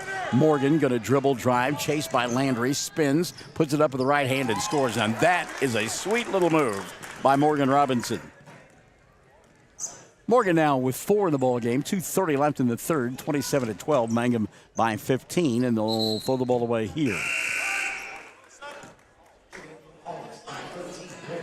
Back into the ball game, Blake Scorpia for Hollis, and setting down will be Macy Copeland. So the NFL set on Sunday. First game, San Francisco will be at Philadelphia to take on the Eagles, and then the nightcap has Cincinnati at Kansas City. Good job of moving the ball down the floor by Hollis, but the shot won't go from point-blank range for Presley Riley, and Mangum will rebound. Both teams, to say that they are struggling offensively here in the third would be an understatement, although Hollis has outscored Mangum 6-3 in the quarter. Alyssa here on the near side. She'll go to Bryn. Woodruss count the bucket and the foul. And Woodruss a chance at an old-fashioned three-point play. I just said that. Foul on Kara Cummins, her first, and team foul number 5 whistled against Hollis. And it's my understanding that one of this official here nearest, he's an assistant coach of the Clinton football team. Clinton Red Tornadoes. Pretty good program there, huh? Tell you what. Free throw for Woodruss up and in. What are they? Are they behind Jinx and Ada with the number of state championships? I think so, and it may be just Ada, but yeah, you're right. Jinx probably hadn't been there that long. Yep. And Morgan Tubbs has come back into the ball game, and Promise Tubbs walking with the ball. Turnover, going to give it back now to Mangum. You're right. It may be just Ada with the number of state championships. And there for a while, it was just Ada and Clinton every year. It's unbelievable. Yep. Larry McBroom and Mike Lee. Yep. Dave Meadows was the one in the 80s who went to Elk City. He went to Texas first, into Elk City, but there was a name I was thinking of. That was several games ago. But Zach Maynard is the coach now at Elk City. But, yeah, Dave Meadows was a name I couldn't think of. Morgan White hit his jump shot, by the way. And now Mangum comes up with a steal as they've extended the lead back to 20, 32-12. So struggling a little bit offensively, and then have gotten it back together here late in this third quarter of play. Lively to Woodruss. Bryn over the top for White, and the pass too tall for Morgan, out of bounds. Of course, it wasn't that long ago that we did a Hollis State Football Championship bowl game from Cash. That was an impressive run. The broadcast a little bit we were on top of the roof, and one of those radio stories that'll go down in the memory books. But sweet little give and go there to Wisnett, who will knock it down. She got 6 now. The freshman has played well here this evening for Reagan Hightower. Mangum on top, 32-14. 35 seconds left in the third quarter of play. Landry going to go through everybody in a maroon shirt, miss the shot, but get fouled and go to the line. How about that by Landry Lively? Nice drive. Team foul number 6 called on Hollis. And I believe they've called this on. Yeah, I thought it was going to be on Kara Cummins. Nope. I thought it was on Blair Scorpio, and it is now. They've changed it. Scorpio's 4th. Boy, Mangum really having a hard time for the foul line. I mean, this quarter, they are just 2 of 6 from the stripe. And on the evening, they are now 6 of 15. Is that missed shot? Ball batted around. Finally picked up by Lively. She'll go to White inside, and Morgan will put it up and in. Well, if you're going to miss free throws, play defense and get layups. 34-14. 10 seconds left in the third. Cummins across the timeline. Kara going to get fouled as she let go of the ball with 7 seconds left. Not a bad foul on the part of Mangum. That'll be on Holly Lehman-Webb, her second, and just the second of the second half called on Mangum. And what it does is it keeps Hollis from having an easy bucket. Wasn't it the inbounds pass? She'll come to Earls. Earls, I don't think, understands that there's very little time on the clock. She'll go to Tubbs and Promise's shot is off the mark. We've played 3. Mangum in command. They lead by 20, 34-14. Classic Hits 97.7. Blair Tire and Feed on the corner of Highway 283 and 19 is your certified Firestone tire dealer and also a proud supporter of the Mangum Tigers and Lady Tigers. When you need tires, we're specialty trained and equipped to take care of you. Lyle Shaw and his crew at Blair Tire and Feed wish the Tigers lots of luck in today's game. And always remember, play smart, play safe, play hard, and play with pride. And good luck from everyone at Blair Tire and Feed on the corner of Highway 283 and 19 in Blair, Oklahoma. Around here, we say go Tigers. This is Jacob Gilner from Cattlemen's Bank, member FDIC. We love our Mangum Tigers, so suit up in your best and brightest orange, and we will see you at the games. Cattlemen's Bank is Tiger proud. Something you should know about the Kendall Law Office. The Kendall Law Office is family-owned and local. They use up-to-date technology to ensure their productivity provides timely service to clients, and this always includes client access to our firm via email and text. Corey Kendall is experienced, hardworking, and honest.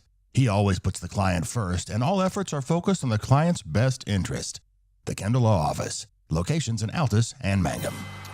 Fourth quarter underway. Holly Lehman-Webb, Landry Lively, Maddie Paxton, Morgan White, and Lauren York out on the floor for Mangum in their home white uniforms with the orange numerals and the orange and black trim.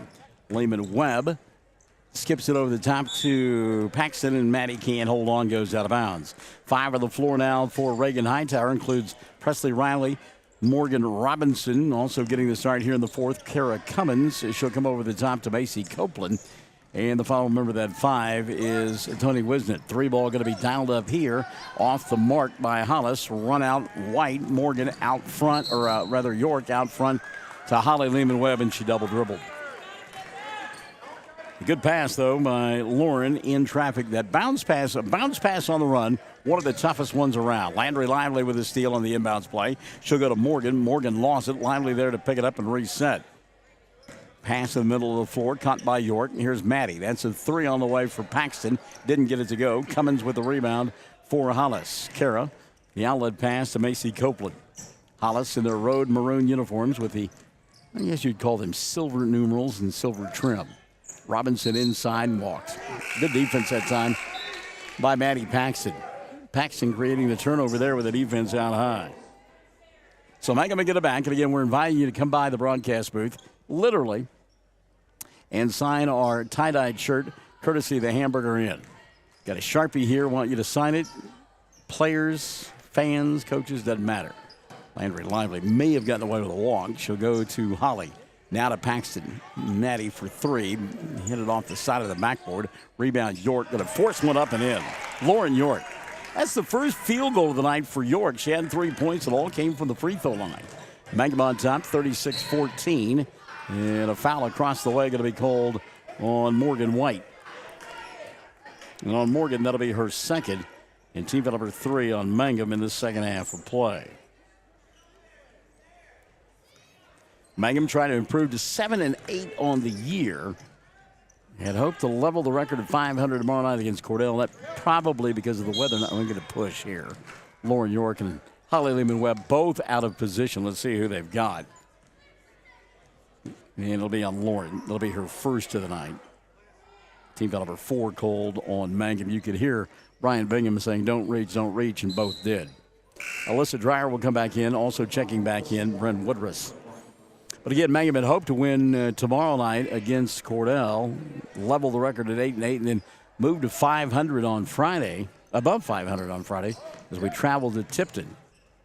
For all intents and purposes, it looks like it's just going to have to try to win that ball game on the road Friday night at Tipton.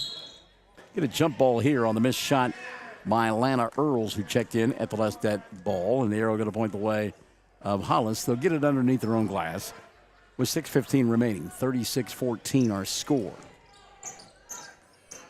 And the wins this week really important because I believe it'll be the final week as the inbounds pass is thrown away. I believe it'll be the final week of games that will go in before the district pairings are announced a week from Friday. Somebody send a text to Jenny Hernandez and tell her to wake up, quit yawning over there, and come over and sign Barnes' T-shirt. We've got her a couple of times. with a big yawn. Lehman Webb, wraparound pass to Paxton. Now Bren goes inside, double team, back to Maddie. Boy, bumping and banging going on down there. And finally the foul going to be called on Kara Cummins. That'll be her second. And team foul number 7 on Hollis. So a 1-on-1 opportunity here for Maddie Paxton. Mangum, 6 of 15 from the foul line. See if they can't improve that on the fourth quarter. 1-on-1 from Maddie. Misses. Rebound tip. Tapped. And Morgan had it for a moment, but it's taken away by Robinson, the other Morgan. Morgan quickly in the front court. That's Morgan Robinson. She'll kick it over the top. 3-ball Macy Copeland doesn't go.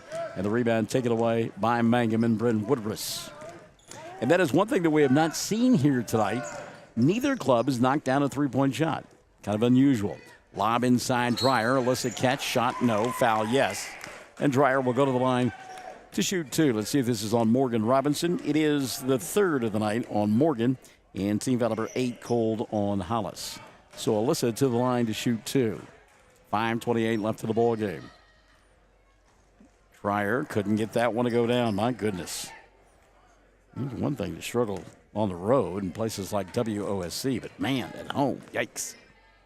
Second one on the way, good. So Alyssa, 1 of 2 from the line. She's got 8. And it's 37-14, Mangum. 5:25 remaining. Presley Riley into the front court. She'll go around Dreyer. Missed the shot. Got her own rebound. Alyssa will knock the ball out of her hands. And Holly Lehman Webb will go to the other end to shoot 1-on-1 as she got grabbed on the arm. Check the foul on Hollis. That'll be team foul number 8. And that'll be 4 now on Morgan Robinson. By the way, are we the only game in town tonight on the Fox Radio Network? Yes, Cordell sir. and Everybody's Hobart off this evening. Getting their chili recipes ready, and yes. Free throw. Lehman Webb doesn't go. Unbelievable. Rebound Morgan Robinson. Haven't been to the grocery store, but I bet you things are picked clean at this point. What do you want to bet? Telling you, pork and beans, buddy. Morgan Robinson. Good shot there by Morgan. Morgan has made a couple of nice moves in the paint to knock it down. It's amazing what guys can survive on and then what women can survive. It is not even a competition. Alyssa, one step, goes inside to Morgan, and White will lay it up and in. So LaWanda Weaver says we've got a blurry picture again. Well, it looks clean on my screen. Okay. Well. So I don't know. I'll watch it here. 4:35 left in the ball game. 39-16. Back the other way, and it's Lana Earls from 15 on the right side, and that's her first 2 of the ball game. That'll make it 39-18, 4:20 and running in the fourth quarter of play. She's got a crying emoji. Maybe she's just being ornery, because she was one of those that talked about the broken camera on Saturday night. It did. It took a fall. Morgan White has the ball knocked out of bounds. Well, here's the thing. This year, you and I have been extremely hard on equipment. We've had 2 tripods that have just essentially blown up. And now we've got a death of a camera. Yeah, we're going to have to get another one, but we had a standby, thankfully, because Hobart and Cordell was all playing at the same location. But yeah, on those wooden bleachers. And anyway. Wooden bleachers that are wobbly. We saw more than one person nearly take a spill on those bleachers, so it's no wonder our camera went down. Great ball movement here. Morgan White, the benefactor of an excellent pass. Morgan now was 16 in the ballgame. How about her coming out party offensively? Mangum on top, 41-18, 3:45 remaining. So White nearly as much by herself as Hollis has total. There's a foul. Bryn Woodruss, again, that's it. Guarding with your hands and not moving your feet. Alyssa going to sit down and be replaced by Lauren York. 3:40 left in this one, 41-18. Mangum looking for their second win in 2 days against Hollis. And again, we're scheduled for tomorrow night against Cordell and homecoming, but again, realistically, the weather will play havoc with that. And we'll more than likely be back on Friday night at Tipton. Here's a shot that came up short for Scorpia. Run out for Lively. Landry gets the ball poked away from behind and eventually picked up by Earls. Good job by Atlanta. Into the front court, she'll go Macy Copeland. Copeland, a little bump and bang. No call. Scorpia now had the ball knocked out of her hands. Boy, they're letting them play now, as they say. Wisnett from 17, and it goes. I'm liking the freshman a lot. She's a good-looking ball player. Tony now with 8 in the contest, and it's 41-20. 2:45 remaining. Skip pass near side. And, oh, my goodness, there's a collision between Morgan Robinson and Lauren York as those two battled for the ball, and that is going to do it for Morgan, I believe. Yep, Robinson is fouled out of the ball game. Morgan will set with 6 points. It'll be team foul number 10 as well, called against Hollis. So Vanessa Perkins will come into the ball game for the first time tonight for Hollis. Free throw, York up and in. Lauren been the bright spot for the charity stripe here tonight. She has made 4 of 5. 42-20, 2:42 left. Second one short. See, we jinxed her. There to get the rebound. Lively. Landry bobbled on her way up and lost it out of bounds. Landry working hard, trying to get her first bucket of the night, as back into the ball game comes Promise Tubbs, and setting down will be Lana Earls.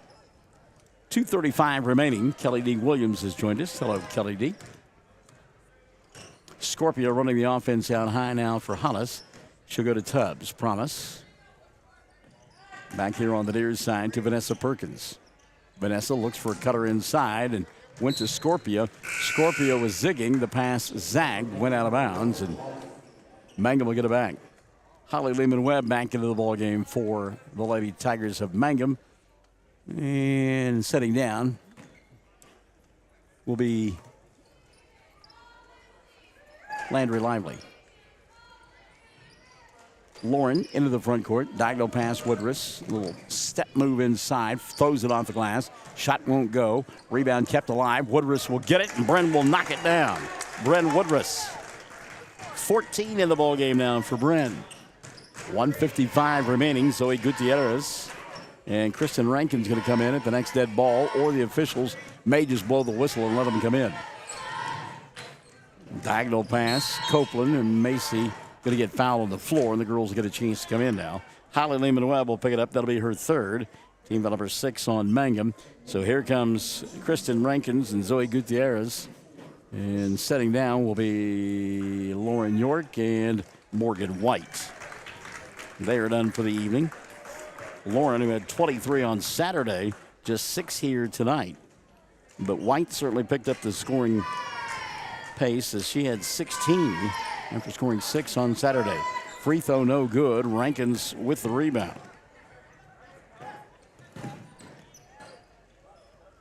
Ball taken away by Hollis. They'll get a run out, layup, and there's 2 for Macy Copeland.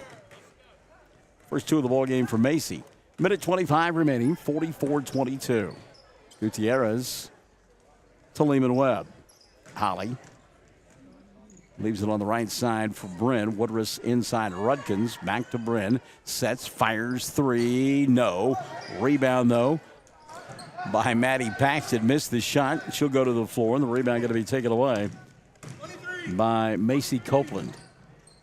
Minute left of the ball game. There's a tip pass and a steal. Woodruss will come away with it. Let's see if Mangum holds for the final 55 seconds. Diagonal pass here on the near side. Gutierrez from 10, and it goes for Zoe. Zoe Gutierrez with a couple of points. 46-22. Mangum on top. 35 seconds left of the ball game. Thomas Tubbs out high. The Wisnett now in the corner to Copeland. A little give and go. And ball bobbled, but Promise there to get it. Good job by Tubbs to keep that one alive. And a timeout going to be taken so we can get into the ball game. Jocelyn Reed. So Reed will come in, and setting down will be Bryn Woodruss. She'll finish the night with 14 points.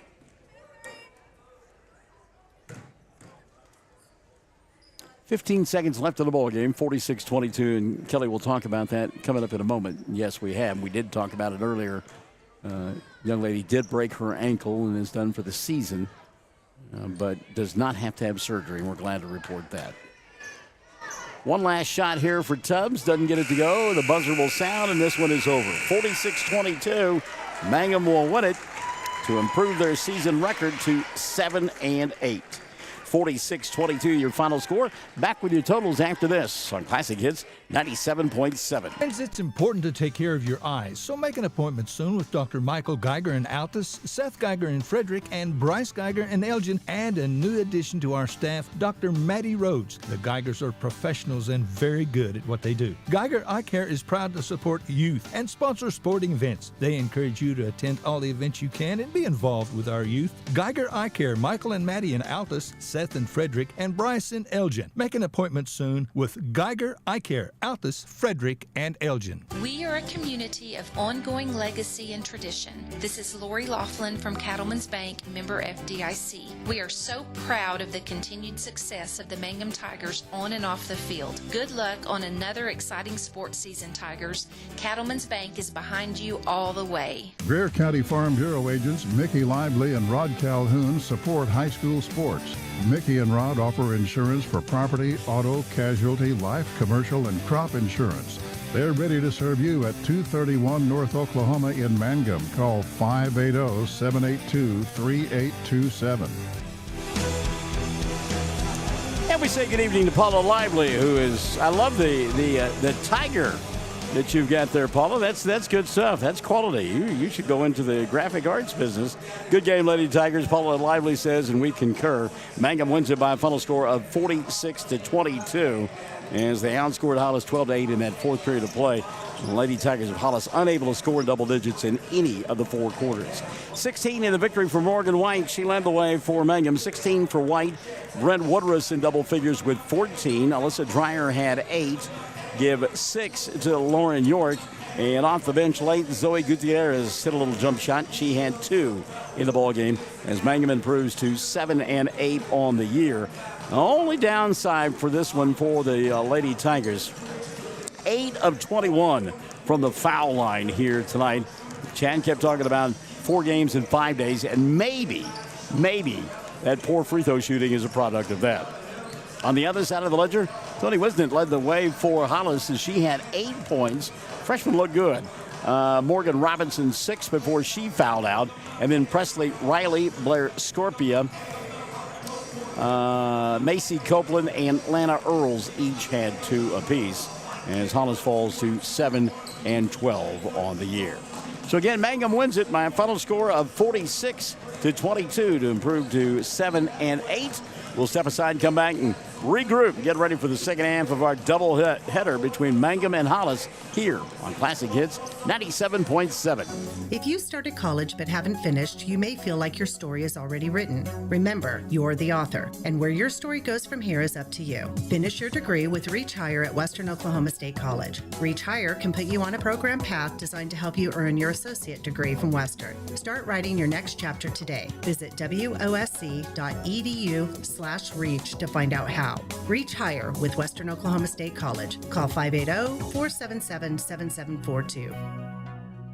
Mangum Brick Company has been operating since the early 1900s. They're the largest private employer in Greer County. Mangum Brick is proud to support high school athletics radio broadcasts. And if you know of someone looking for work, always check with Mangum Brick as they may be hiring. Everyone wants to be on a winning team. That's why Great Plains Bank is a proud supporter of the Tigers. No matter what life may throw at you, Great Plains Bank has the play drawn up, and we're ready to go into overtime to win your business. What makes Great Plains Bank different is that we will make the extra push to get you to the goal line. When it comes to your family's finances, every play counts. So pick a teammate you can trust. We want you on our team because with customers like you, we are greater together. Great Plains Bank, member FDIC and equal housing lender. Triad Home Health in Mangum is locally owned and offers nursing, physical therapy, occupational, wound care, IV therapy, and more. All administered by people who go above and beyond for you. Phone Triad Home Health today at 580-782-5800. That's 782-5800. Around here, we say go Tigers. This is Jacob Gilner from Cattlemen's Bank,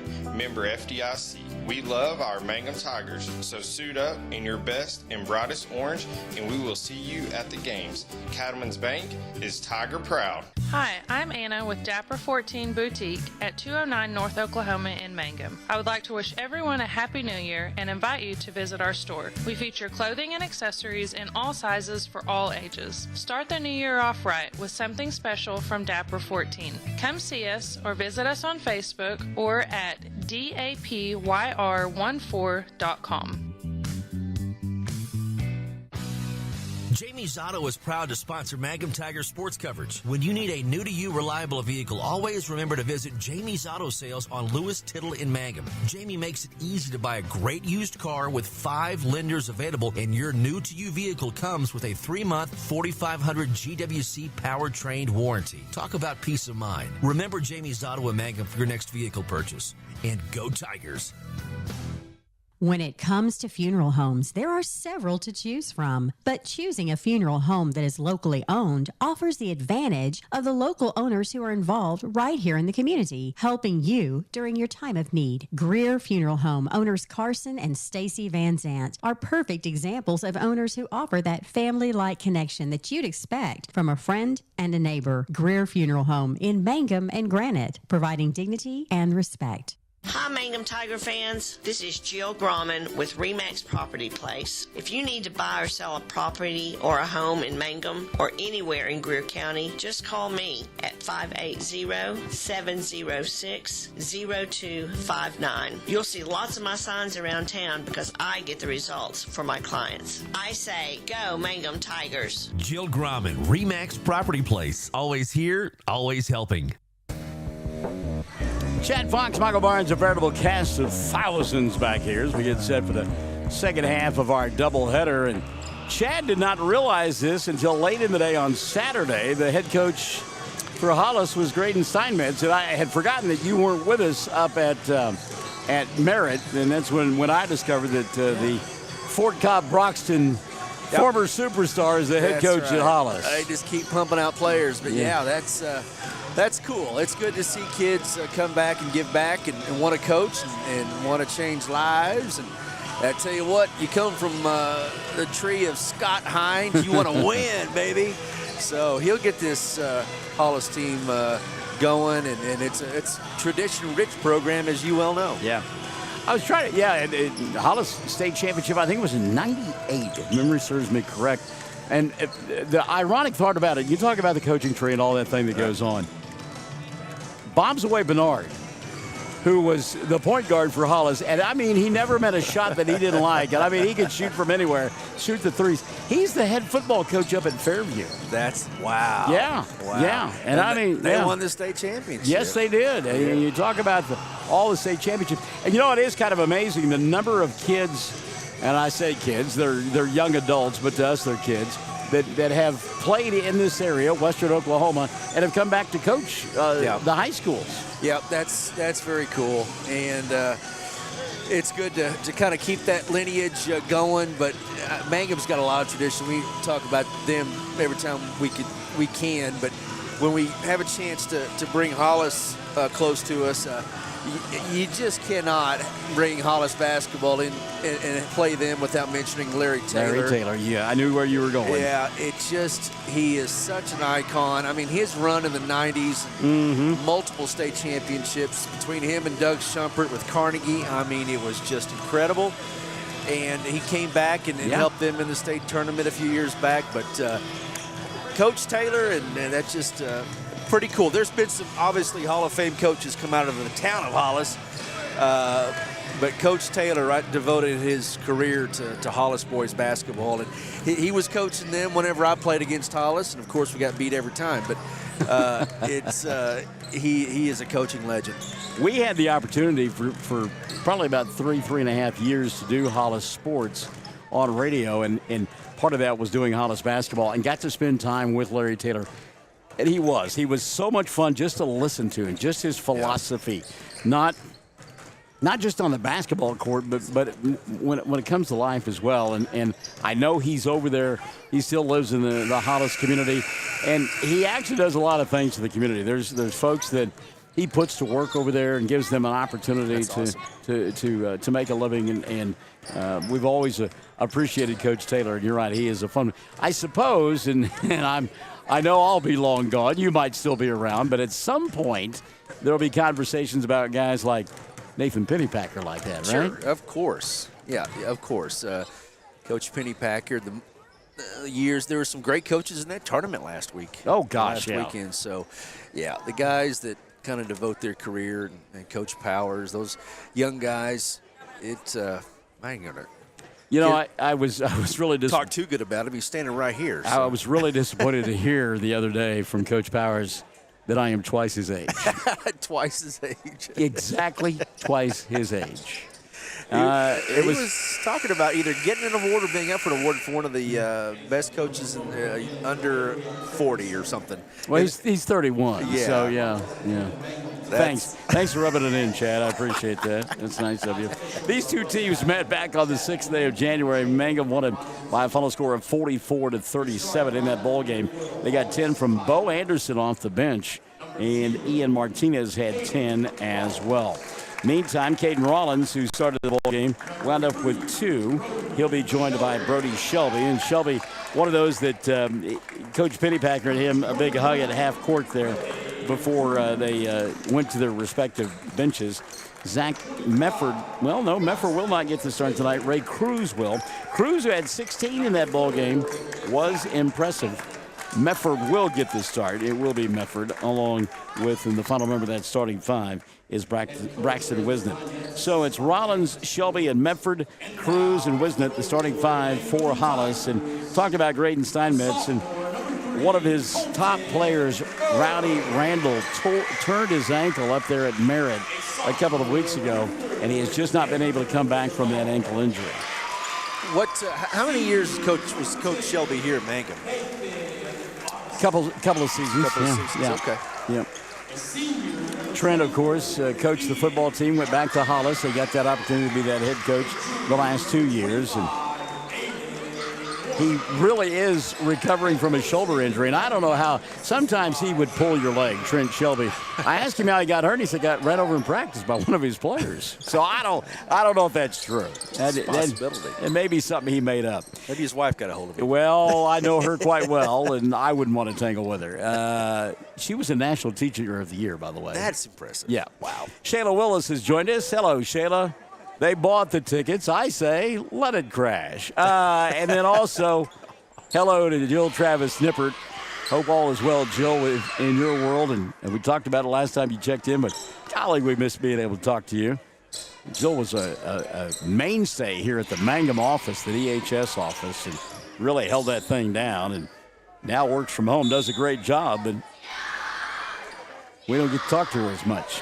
So it'll be Rollins to jump center with Augustine. Tap going to be controlled by Cruz and company, and Ray will slow it down to Shelby, and we're underway. Well, you're talking about a kid that will work hard the whole time, Brody Shelby. So we saw this on Saturday. Right. A delay game for Hollis. They hold the basketball. Shelby in front of us right now, holding the basketball. Mefford across the way. Yep. And a lot of old-time coaches have done this. Coach Tom Heidenbright comes to mind. He'd win a game 4-2, and he'd go celebrate. But it's one of those things, you can do it if you're ahead or right now. Starting out a ball game? Yeah, spacing out the defense, get them spaced down, get those driving lanes cranked up. Now, obviously, if you get behind, then got a whole new set of issues.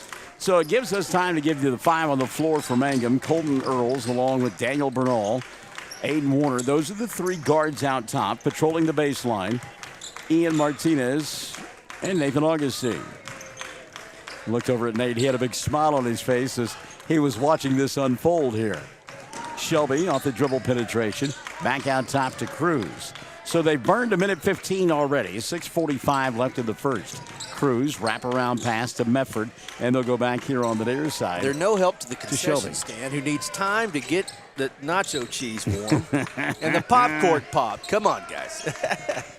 Shayla, by the way, says that you do an awesome job, Chad Fox. And I would have to give an amen to the congregation on that. I'm on the tailcoats, but I appreciate that. And the reason we say that line a moment ago, and again, the game dictating us, allowing us to do that, is Cruz goes inside, then back out to Medford. Now baseline Wisnett. Shot blocked away by Nate Augustine. He climbed the ladder and said, "Get that stuff out of here." So we'll get a reset to Medford. And again, you have to be that acute with your defense because possessions are going to be a very much-needed commodity here. Well, 2 minutes and 15 seconds have gone by, and we've had one shot and it was blocked. Yeah. And Coach Steinmetz, he don't care. I mean, that's his philosophy, and if it gives him the best chance to win. We talked about in the hospitality room with some other coaches about the shot clock and just no need or don't need to add that to the high school game. And I tell you what, this has been coach has been doing this for 100 years, so this is nothing new. By the way, and I forgot about this, and while we've got a moment, Alex Solis brought this up. Tom's son, Jason, was a coach for a long time and actually was down at El Dorado. Yes. And did quite well down there. Yep, he was. So Cruz inside, kicks it back out top, and Hollis will give a little flash inside, then they'll back it out. And it's Caden Rollins with the ball, and Mangum now turning up the defensive pressure. Medford going to go inside, and we'll get a reach-in foul called on Aiden Warner. That'll be number 1 on Warner, and number 1 called on Mangum. So Medford will go to the line. 4:55 left in the first quarter of play. That's amazing, and it does a couple of things. It mentally gets in your head because you think when you get the ball back, you start pressing, trying to score. If you get a couple of misses and Hollis gets the ball back and they have a lead, then again it makes you work harder on defense. And very effective. It's earned many a coach a state tournament trip. Medford missed the second shot. Wisnett with the rebound. Put it up, missed it, got his own rebound. And then travel will be called. So Mangum will get it at the 4:50 mark. First time they have touched the ball offensively. 4:50 left in the first. Off the penetration, Earls. He'll go baseline, and Nate Augustine going to get tied up. We'll get a jump ball. Good job by Cruz to tie that one up. And the arrow going to point the way of Mangum. If you were playing Luther, you ought to have 5 fouls in the first minute. They like to get after you. 4:41 left in the first. And go to Bernal. Daniel had the 3, didn't take it. He'll give up the dribble. Needs some help. Now goes to Colton. Earls back to Bernal. One of the staples of Larry Taylor was the 2-3. Yep. He just lived by it and very successful with it. And Steinmetz with it right now. Deep 3, Graydon, Earls, and it didn't go. And battling for the ball, Brody Shelby and Colton Ellis. Check that. It was Ian Martinez. I'm sorry, Martinez. And the ball went off of Shelby. It'll be Mangum basketball. Ian has the 3. He'll set and fire it. Too long, and Medford will take away the rebound for Hollis.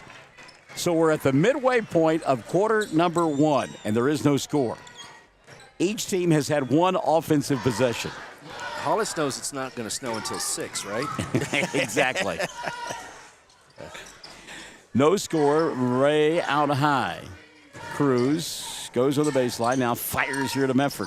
Zach crosses over. And a reset. And you can hear Coach Steinmetz throw a right. Said, bring it back out and hold it. So Bernal will come out, but again, because he is not within arm's length, you can stand there and dribble and not get a 5-second count. Off his leg. Oh, Bernal and Earls with the double team. It'll look like Colton knocked that off the leg of Cruz, but that was not the call. So we got this multicolored T-shirt here next to me, and we want you to come by and sign it. We've got a Sharpie. We got a couple of signatures on it. We invite you to come on by. If you're here at the field house and get word, that's fine. If you're coming, come on by, but we want you to sign it. Shelby traveled with the ball. Went down to the floor and stood back up. Steinmetz said he had a timeout, but it wasn't granted. You can ask for the timeout, but it's got to be granted. Right. Yeah, if you're out there listening, you know somebody here. Yeah, text somebody. Yeah. Come on over and do it. Sounds like and looks like we're going to have some time to do that. Yes, exactly. Ball fake there by Bernal on the three. Earls, he thought about it with the left hand. Instead, they'll go inside to Nathan, who'll lay it up and in and get fouled. So Augustine with the first two at the 2:54 mark. A foul on the play, chance at a three-point play. Now you can let him hold it. Ray Cruz with a foul, his first. So Augustine, chance at a three-point play, and he converts. He may be your high scorer, folks. Mark that down. 2:50 left in the first quarter of play, 3-0. Mangum going to turn things up defensively and go with a little bit of a full-court press look and force the action. Shelby, meantime, in between us and the floor, just putting on a dribbling display. Now he'll go inside, hang and bang off the rim. Shot doesn't fall. Rebound Martinez. Ian wants to run. Quickly into the front court, he'll kick. Left side, Earls, three. Didn't get it to go. Long rebound, Medford, and we'll get a push, I believe, on Augustine. Let's see. It will be on Nate. His first, and number 2 called on Mangum. And a timeout going to be taken by Nathan Pennypacker. 2:26 left in the quarter. 3-0. Mangum on top. And this is Classic Hits 97.7. Great food made fresh with the best ingredients possible under the direction of Chef George is what you'll find at the newly remodeled J&P Mexican Grill in Mangum. Now, if you haven't tried the Mexican and American favorites at J&P Mexican Grill, what are you waiting for? They're open Tuesday through Saturday for lunch, dinner, featuring homemade desserts. For takeout, call 580-706-5042 and like them on Facebook. J&P Mexican Grill in Mangum. 2:26 left in the first, 3-0 ball game. Had to finish the note on Shayla Willis. Airplane, my all-time favorite movie, and there's a counterpoint thing that they do, making fun of the old CBS 60 Minutes deal. And they're talking about they're going back and forth on the counterpoint, and the guy looks at the girl and says, Shayla, they bought the tickets. They knew the risks. I say, let it crash. Thank you, Airplane. Love that movie. Ray Cruz from 15. He says, I'm not holding anything. Spins and scores from the free throw line. Want to say hi to Amanda Johnson. Amanda serving up some tea. There'll be some folks needing some extra energy when they shovel snow come tomorrow night. Long three here by Bernal doesn't go, but the rebound Earls at a reset now for the Tigers of Mangum. Daniel, he'll come here to Aiden. Warner, bounce pass inside, take it away. They tried to force it into Martinez, and a good set of hands that time by Brody Shelby. So 1:40 left in the first quarter of play. 3-2 ball game, and I think Sideman says, let's go ahead and hold for one. I mean, why not? Well, if you feel like you're undermanned, maybe most of the season, and you prepare like for this situation, I mean, it is smart. I mean, it keeps games close. I don't know if Hollis necessarily is that much undermanned than Mangum, but it's still, if it is your philosophy, that's what you do. Rollins will throw the ball out of bounds. He intended to pass for Zach, and Medford couldn't hold on to it.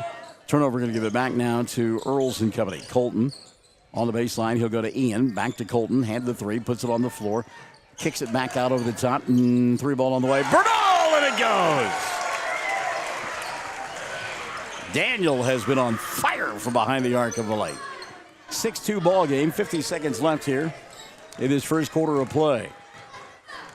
The thing I wonder about when you fall down by 4 points, do you feel like if you're Hollis, it's like an insurmountable lead? No, I mean, if you're a couple possessions away, you can force the issue with your own pressure on defense if you need to. So. Okay.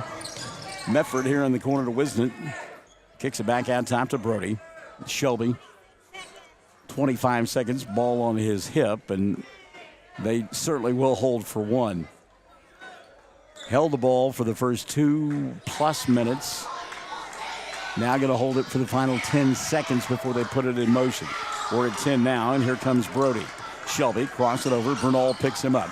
Gets a screen, kicks it right side. Rollins for three. Shot too hard. Wisnett battling Martinez for the rebound. Ian will get it, and the quarter will come to an end. An interesting first period of play finds Mangum on top by 4. They've got 6, Hollis has 2, and we're Classic Hits 97.7. Hello, this is Ashley Slayton, family nurse practitioner with the JCMH Family Care Clinic in Mangum. We are friendly hometown folks and treat patients of all ages, newborns through adults, for wellness and sick visits, as well as management of chronic illnesses such as diabetes and high blood pressure. Call the clinic in Mangum at 580-782-3393 for an appointment today. Jackson County Memorial Hospital. The Mangum Tag Agency is easy to find at 108 East Pierce Street in Mangum. When you need license tags, registration, driver's license renewal, pipe passes, or real ID, Tom and Cynthia Clark are there for you, and they can help you at the Mangum Tag Agency at 580-782-3004, 782-3004. We yell loud and proud because we love the Mangum Tigers. This is Lori Laughlin from Cattlemen's Bank, member FDIC. On and off the field, we support the Tigers through and through, because once you're a Tiger, you're always a Tiger. And Cattlemen's Bank is Tiger proud. So I watched the officials during the timeout, and they were huddled and discussing something. And I almost got the idea it had to do with positioning, since we've got the 3 officials. Gotcha. I don't know that that's the case, but it seemed like maybe that's what they were talking about. Yeah, these are really good officials. These are state tournament officials. Yeah. And so it's, communication. We've had some situations where we've had double booking of officials in different locations. So, it's been wild this year. It has. Yeah. Zach Mefford and company will have the ball to begin the second quarter of play. The ball going to bounce off the leg of Daniel Bernal, picked up by Aiden Warner. Warner quickly in the front court. He'll go to Earls on the baseline. Colton stopping, popping. Shot came up short. May have been partially blocked. Mefford with the rebound. And Hollis going to slow things down. Seth Cromer has come into the ballgame. He handles now. He's out there with Brody Shelby. Mefford right in front of us. Also out on the floor, the big fellow, Braxton Wisnett. And then on the far side, Ray Cruz. Did we have Hollis's record? Yeah, they are 6-11 on the year. Gotcha. And I'm like you. I don't know that they're that undermanned. I think this is just a philosophy right now that Hollis is going to live with. It's something that Graydon Steinmetz says, hey, we're going to keep games close and try to win them in the end. Yep. And that game against Snyder on Saturday, they missed a bump. They missed a shot inside. Otherwise, they might have won that ball game. Yeah. And, again, you get against maybe elite competition. This is really smart. Maybe he just wants his kids trained to be very, very efficient at this. Of course, the student sections are. So we'll get the 5 on the floor. Mangum hadn't been on the offensive end. It's Colton Earls and Daniel Bernal, Aiden Warner, Nathan Augustine, and Ian Martinez. And Nate actually was in a catcher's position a moment ago. Go ahead. Well, but defensively, I mean, one mental lapse and they're by you for a bucket. So it's you still have to be really, really on your toes. And, hey, credit Coach Steinmetz. Now they'll come out and force the action, they being Mangum. And good job by Mefford to go back over the top to Shelby. 5:55 left here in this first half of play. It's a 6-2 ball game. Basically, here's the story. Do you want to be down 4 at half, or you want to be down 24 at half? Right, yeah. I mean, it's one of those deals. But again, I'm kind of like you. These are pretty evenly matched clubs. Yeah. But it would be interesting to see if he employed the same thing if he had Rowdy Randall. Right. You know, that's what I'd like to see. Of course, we're not going to be able to because Rowdy still hasn't recovered from that ankle injury. By the way, a couple of folks getting late to our broadcast and weren't part of the girls' broadcast. Kaylee Pendergraft, young lady who got injured on Saturday in the girls' game against Mangum, did break her ankle and is done for the season. She did not have to have surgery. They were able to set the ankle, and so that is some good news. And she will live to see another day. A young lady that will recover, and she's just a fun-spirited young lady, and we're glad that she's okay. And also Mitchell Lauren York. I mean, there was absolutely nothing she did wrong. It was two players that were hustling. Yeah. And she had already injured her ankle before and had just got released around Christmas. So just want Lauren to know, and you've mentioned it multiple times, that that was absolutely nothing she did wrong to injure. And we talked about how gut-wrenching it was to see number one, Kaylee, in the pain that she was in, and she knew what had happened to her. And then her teammates and Coach Reagan Hightower to carry her off the court. I mean, it was gut-wrenching. Yeah. Well, we've got more audience interaction, fan interaction here. It's been, yeah. And Brody Shelby just continues to dribble the basketball. We're at the midway point of quarter number 2. 6-2 ball game. Jason Cook says we need a shot clock, and the OSSAA ruled on that a couple of weeks ago, Jason. Not going to happen. Yeah. Sarah Bogart Dreyer said, did they come to stand around or play basketball? And this is just a coaching philosophy. All right. And we talked to Coach Carpenter, and he's right, because he's been doing it for 25 years, but there's a lot of things that go into being able to get these games called accurately and everything, and adding another dimension of, did the ball hit the rim? Do you have to reset the clock? Our camera is one camera. This is not ESPN. We can't go back and see everything. Are we going to miss that call? But meantime, we're trying to worry about what's going on underneath and different situations. Right. So it's just another added dimension that would maybe cause some problems. And you're talking about if they did have a shot clock. Yep. The other thing is it puts more pressure on the scorer's table. Right. Yes, exactly. You've got another set of responsibilities for the folks at the scorer's table. Yep. I mean, I understand why folks see this and want it, but it would be very difficult to be accurate. Yeah, I guess is the right way to say it, because you could have it, but is it going to be able to be efficient with it? Well, and the other thing is, I'm told that they're about $1,200 a piece. Well, that's another expense. So and budgets are tight as it is. Good friend Brody Smith checking in from over at Cash. He says, let them hold it. Just wait for the fourth shot. Well, folks, we're down to 2 minutes and 15 seconds. What about a 2-minute warning? I mean, a 2-minute shot clock. And there is some, there had been some talk about that as well. Yeah. But, hey, again, I'm not saying go back to 6-on-6 girls, but I just don't think you mess with it right now. No, there's not a lot of teams that do it, and it's just, hey, if Mangum wants to get out and guard them, they can. They can do it. They can force the action if they choose to do so. So it's a two-way street right now. And I'll say this about Graydon Steinmetz. It's not like this kid doesn't know how to win championships, because he won a ton of them at Fort Cobb on the basketball court and the baseball diamond. Yeah, so he knows what he's doing. 90 seconds left here in the first half of play. Again, So anyway, how was your golf game? Well, yeah, I mean, it does. It kind of turns into a sports talk show because of it. I'll take your answer off the air. There you go. Hey, Simon, man, thank you.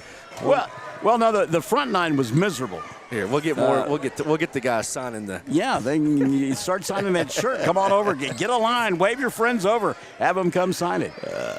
Won the back nine. That's all. I finished strong, so that's all that matters. Yeah. All right, thank you, sir. We appreciate it. How many quarters did you win or lose? Well, we declared at the beginning we weren't playing for money. Okay. Because it was so cold and we had so many layers of clothing on. I got you. Didn't think it would be right. Yeah, get it. Go get that thing signed. Yes, sir. You Fly bet. it around the stands. Heck yeah. Yeah. Phil Shelby has joined us, and we saw her actually in the stands. We do appreciate our sponsors, even though we're not able to play that many. And I tell you, on a serious note, we got to have those sponsors come playoff time. I love Phil's question. She says, I guess we're trying to get home before it snows. That's exactly right. Not going to extend this one at all. So we're down to 10 seconds left here in the first half of play. Brody going to put it in motion. Shelby going to go inside, high off the window. Shot goes. And Mangum will not get it. Well, they get a shot off as time expires, but it will not fall. So it worked. Yeah, it worked to perfection. Brody Shelby hit a bucket inside of 5 seconds, and that will make it a 6-4 ball game at the intermission. David Henry says, I can leave and come back in the fourth quarter and they'd still be dribbling the ball in half court. David, you might be right. Deborah Reed-Maddox said, come on, guys, play ball. At the half, yeah, you bet. Yeah. Trent Shelby joining us here in the broadcast booth. At the half. Hey, before you take a break, the official said, he joked, he said, put 3 minutes on that clock. At the half, it's 6-4. Mangum by a pair. That's the halftime score. You heard correctly. You're seeing correctly on Classic Hits 97.7. Mangum Golden Age Apartments offer HUD-approved housing for anyone 62 or older or on Social Security disability. They have one bedroom and efficiencies which include all bills paid, including Wi-Fi. Mangum Golden Age Apartments are located at 100 East Lincoln, right on the downtown square in Mangum. Call Brenda at 580-782-2452 for more information. First National Bank and Trust is a proud supporter of Mangum Tiger Athletics. At First National Bank, supporting our schools and athletic programs is our top priority. We appreciate and support our community through and through. At First National Bank, you can hear us roar. Go Tigers! We wish you a season of great success. First National Bank and Trust Company, your bank for life. Member FDIC, Equal Housing Lender. Well, we got Duck, Duck, Goose going on at halftime here. It's a 6-4 ball game. Mangum leading, yes, I said 6-4. Mangum leading Hollis at the half. Before we go too big into the halftime, Jennifer Reisner, she's proud of Jackson for coming over and getting the T-shirt, and he's up in the stands getting folks to sign it. And Jennifer, you're right, that is your boy. We love it. David Henry asking what the lowest scoring game ever was. I would assume, David, probably a 1-0 ball game. And Sarah Bogart Dreyer says, glad I'm watching from home and didn't pay to come watch this. So at the half, it's a 6-4 ball game. Mangum got a 3-pointer from Daniel Bernal and a 3-point play from Nathan Augustine in the first quarter. Did not get any points in that second period of play, only had one offensive possession. On the other side of the ledger, Ray Cruz hit 2 in the first quarter for Hollis, and then Brody Shelby inside of 5 laid one up and in for the Tigers of Hollis at the end of that first half of play. That is their 4 points. Now, from the free throw line, Hollis is 0 for 2. Mangum 1 for 1. That could come into play. By the way, fouls not even close to being a problem here with the ball being held the way it was. So at the half, 6-4, Mangum in front of Hollis in a slow-down ball game here at Mangum. Brian Bingham joins us at the half. Morgan White had 16. Bryn Woodruss 14 in the win for your ball club as you improved to 7-8. 46-22, not maybe a work of art that you were looking for, but your club able to do some things that they need to do to work on heading into the latter part of the season. Absolutely. That's what, after the game, told them ugly wins are a lot better than pretty losses. So we did some good things, but, I mean, we didn't shoot the ball very well. I thought we missed a lot of easy shots, but at the end of the day, they got the job done and did what they needed to do and really buckled down and got it done. And one thing that this club has started to do a little bit more, and we saw it here tonight, you're starting to run the floor a little bit more. And that's one of the things that I think that they're trying to learn how to do as we go through the season. They are, and that, we've just been working on it day in and day out, running the floor, getting more shots up. It's no secret. Sometimes we struggle to score, so the more shots we can get up, and really crash the boards. I thought we crashed the offensive boards really well tonight. I think that was the key to the game, honestly. And I think that's how we have to score. Yeah, so. you talk about that. Morgan White comes to mind. She has had a lot of garbage points the last 3 or 4 ball games, crashing the glass offensively and putting it back. That's just what she does. Yeah. She's a grinder. She just does what you ask her to do and sticks her nose in there probably where it doesn't belong half the time, but just gets after it. 8 of 21 from the foul line, though. Oh, my goodness. What is going on? Is it the 4 games in 5 days? What is it? I think that had a little bit to do with it tonight. Okay. I felt at times we had dead legs. Yeah. My wife even said that after the game. She's like, they look tired tonight. So I think that had a little bit to do with it, and like I said, the fourth game in 5 days, and maybe getting a bigger lead might have kind of relaxed them a little bit too. I know you're not happy about probably not getting to play tomorrow night. No, not at all. It is a homecoming game. Is it something against Cordell that can be rescheduled?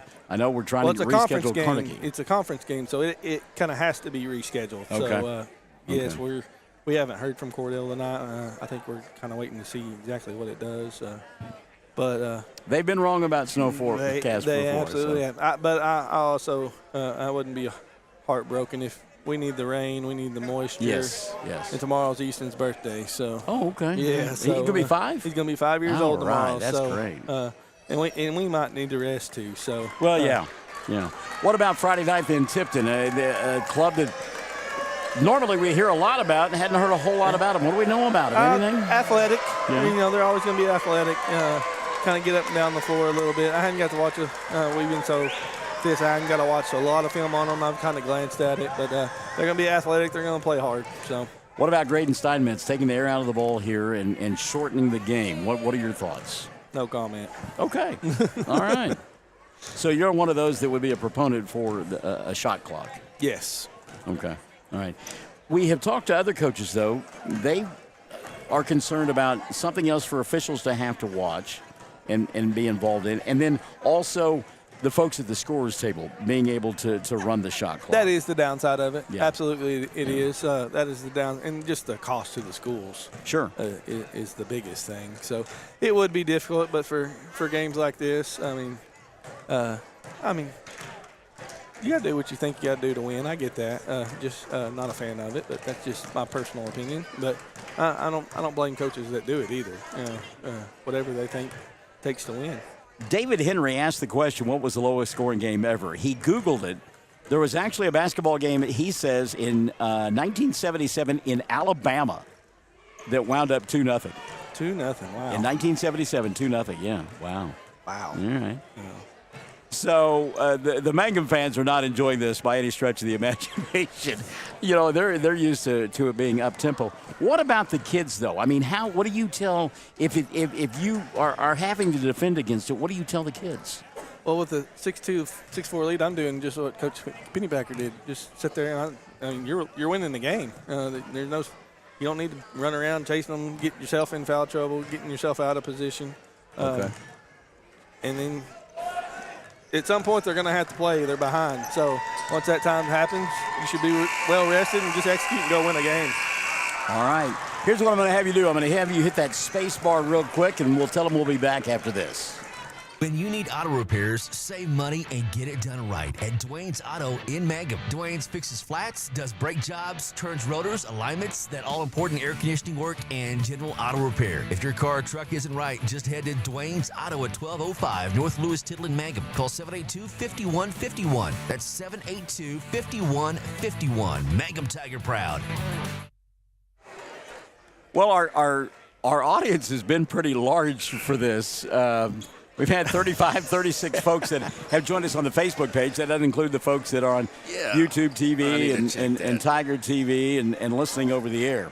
Here's the thing. Sydney Webb has joined us. Hello, Sydney. Good to have you alongside. Paula Lively, we're the orange and the black Tigers. You got 65 watching on YouTube. There you go.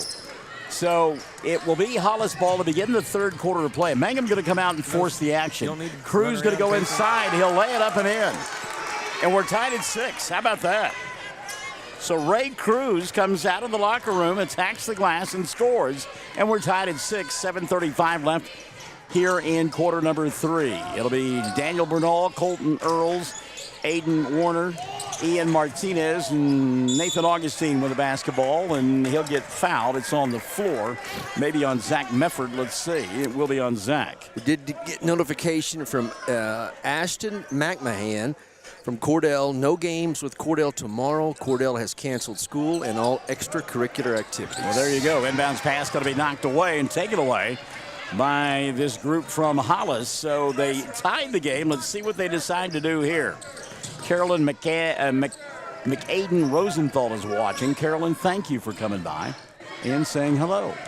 6-6, Shelby with the ball. He'll go to Cruz. Ray kicks right side. Medford going to take it out near the timeline. Now Zach going to put it on the floor and throw it back over the top to Cruz. Ray inside, challenging. Shot doesn't go. High to get the rebound. Medford, he'll get fouled and will go to the line to shoot two. Just what Coach Steinmetz wants. Yeah. Got a tie ball game and in the third quarter.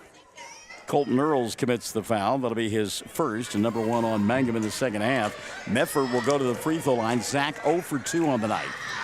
6-6 ball game. First one no good. The left-hander will get one more. And you might be able to hear Nathan Pennypacker down below us. He said, unbelievable. And we're not talking about the song by EMF. Second free throw up in. Medford has given his club a 1-point lead. 7-6, 6:50 left here. Third quarter of play. So Mangum going to have to get themselves collected and back into the game in the offensive mindset now. Bernal, he'll go to Warner on the wing. Nathan, spin move, glass, and got it. Augustine now with 5. Mangum by 1, 8-7. Medford quickly into the front court. He'll attack and then lose the ball out of bounds. Good defense by Nathan Augustine. And you can see Nathan Pennypacker down below us. He says, let's go, let's go, let's go, let's go. Push, push, push. He wants to get in the up-tempo business. Warner, jump stop. He'll go to Bernal, then to Earls, and back to Bernal. Now Earls will get it. Colton to Daniel. Hollis is coming out and denying the three. And again, Coach Pennypacker urging his club to move. Go up-tempo. Force the action. Warner for 3! And it goes for Aiden. And Graydon Steinmetz says, I've seen enough. 5:56 left in the third, 11-7 ball game. Mangum by 4, where Classic hits 97.7. 333 Dental Care in Mangum is the dental practice of Dr. Dustin Lively. His experience, skill, and compassion go together when providing exceptional, up-to-date patient care. Dr. Lively and his team of professionals are proud to help you with the best dental care possible, along with preventive care that will result in a beautiful, long-lasting smile. Call 580-782-2552 or visit the team at 333 Dental Care. They support the Mangum Tigers and Lady Tigers. Fresh floral arrangements created here in Mangum are the hallmark of owner Darla Hately at Flowers Unlimited. Remember that fresh flowers are a very personal and special gift that is so cherished when delivered for birthdays and anniversaries. She might say, you shouldn't have, but she'll be delighted. Flowers Unlimited. Call local at 580-782-2122. That's 782-2122. Flowers Unlimited in Mangum. Oh, let me tell you about the old buddy Jackson Reisner. He has got the tie-dye shirt just going up and down the stands. We're getting signature after signature. Good deal. Great job, Jackson. We appreciate that. By the way, I don't know if you ever heard the story, but his mother, Jennifer, told me that Jackson was named after the song by June Outkast. Carter and Johnny Cash. No. Not Miss Jackson. Not Miss Jackson. No, I'm sorry. It was. I was thinking a little bit newer. A far different genre when it comes to music. Jackson getting his name, but we appreciate that. I'm sure that'll give Jennifer a good chuckle as well. I would imagine she does a little Outkast. She'd be all right, Andre 3000, Big Boy, and the rest of them. 5:30 left here in the third. Hey, you can't say this game was not entertaining. Oh, right? it has been, yeah. I mean, a Monday night ball game, and you kind of wonder, and it certainly has had everything that you could ask for, including block shots. Ian Martinez slapping that one away from Ray Cruz. Back the other way, Earls, who'll come to Bernal in front of us. Now to Aiden Warner, who hit a three a moment ago. And Bernal thought about the three, puts it on the floor, goes inside, and he'll get tied up by Medford. Jump ball arrow going to point the way of Mangum. Timeout going to be taken by Nathan Pennypacker. And I think he's taking it because he didn't like that call that was just made. We'll take one to 5:06 in the third, 11-7. Mangum by 4. Classic Hits 97.7. Blair Tire and Feed on the corner of Highway 283 and 19 is your certified Firestone tire dealer and also a proud supporter of the Mangum Tigers and Lady Tigers. When you need tires, we're specialty trained and equipped to take care of you. Lyle Shaw and his crew at Blair Tire and Feed wish the Tigers lots of luck in today's game. And always remember, play smart, play safe, play hard, and play with pride. And good luck from everyone at Blair Tire and Feed on the corner of Highway 283 and 19 in Blair, Oklahoma. Folks in Mangum know what to do when they need to quench a thirst, curb a hunger attack, or cool down with an ice cream. They just make The Loop at 918 North Lewis Tittle in Mangum. The Loop, supporting the Mangum Tigers and Lady Tigers. Something you should know about the Kendall Law Office. The Kendall Law Office is family-owned and local. They use up-to-date technology to ensure their productivity provides timely service to clients, and this always includes client access to our firm via email and text. Corey Kendall is experienced, hardworking, and honest. He always puts the client first, and all efforts are focused on the client's best interest. The Kendall Law Office, locations in Altus and Mangum. Friends, it's important to... Mangum inbound out of the timeout. They lead 11-7. 3 minutes gone by here in the third. 3-ball dialed up and knocked down by Colton Earls. So Earls with the 3, and Mangum their biggest lead now, 14-7, and some full court pressure defense. They're going to force the action on the defensive end. Medford in the front court, skip past the near side. Boy, climbing the ladder, wasn't it? He went way up to get that one. Well, Coach Pennypacker's he's got what he wants here, 7-point lead with a team that really can't stall now. I mean, they can to keep it, but you're going to get another 4 minutes to kill if they're going to be down 7 going into the fourth. 14-7, Shelby went inside. Now they'll reset up top to Cromer. Medford at the free throw line. He'll put it up with left hand. Shot won't go. And Wisnett tried to keep the rebound alive. It's loose on the floor. We'll get a jump ball. And the arrow going to point the way, I believe, of Hollis. By the way, Jennifer Reisner says, "Shh, Michael, you're giving away my secrets when it comes to music." I very quickly, while I got a minute, what's been popping up on my iTunes more than anything is, you're going to love this too, a little Blackstreet music. All right. No diggity. Yeah. No doubt. I mean, I have been hammering that one. That's good stuff there. Checking, and I'm betting Jennifer likes that one too. Ryan DeLeon has come into the ballgame for the first time tonight. Medford going to go inside. He'll get fouled, and we'll go to the line to shoot 2. Check the whistle on Mangum, and it'll go against Daniel Bernal. That'll be his first, and team foul number 2 on Mangum in the second half of play. Yeah, we're such 70s and 80s babies, you and I, but there's the hip-hop kicked off there in the 90s, and we had some classics. Medford hits the first of 2. Zach will get one more. I got music on my iTunes from the 50s up to current. I mean, it's sure. Yeah. Sure. Second one up and in. So that makes it a 14-9 ball game. Midway point, quarter number 3. Out between the two circles. Mangum with the basketball. Now they're going to go inside, and the big fella gets fouled. Augustine, I believe that's going to be on Wisnett. Let's see. Nope, they've called it instead on Ray Cruz, and that'll be 2 on Ray, and 2 now on Hollis. So Nathan to the free throw line to shoot a couple. Was there a guy named Pablo Cruz? No, that's... Oh, yeah. Yes. Love will find a way. And yes, it's on my iTunes. He wasn't a guy. He was a... It was a group. But it was a group, yeah, right. Pablo Cruz, I'm with you. I know. It's kind of like, who's Jethro Tull? Well, Ian Anderson. Yeah. Second free throw good. Nathan Augustine making free throws. Now, where in the heck are you going to get a Jethro Tull reference in a basketball game? No kidding. Snot is running down his nose. 15-9, 3:45 left here in the third period of play. 6-point ball game. Sherry Shepard Kendall, big fan of No Diggity, no doubt. All right. Got to be one of the best piano riffs anywhere around. So Steinmetz going to call Brody Shelby over and have a conversation with him. Well, Brody going to give it up to Medford. Shelby, he is a coach on the floor. There's no doubt about it. Yeah. Nathan Pennypacker right in front of us looking at his club and telling them not to pressure right now.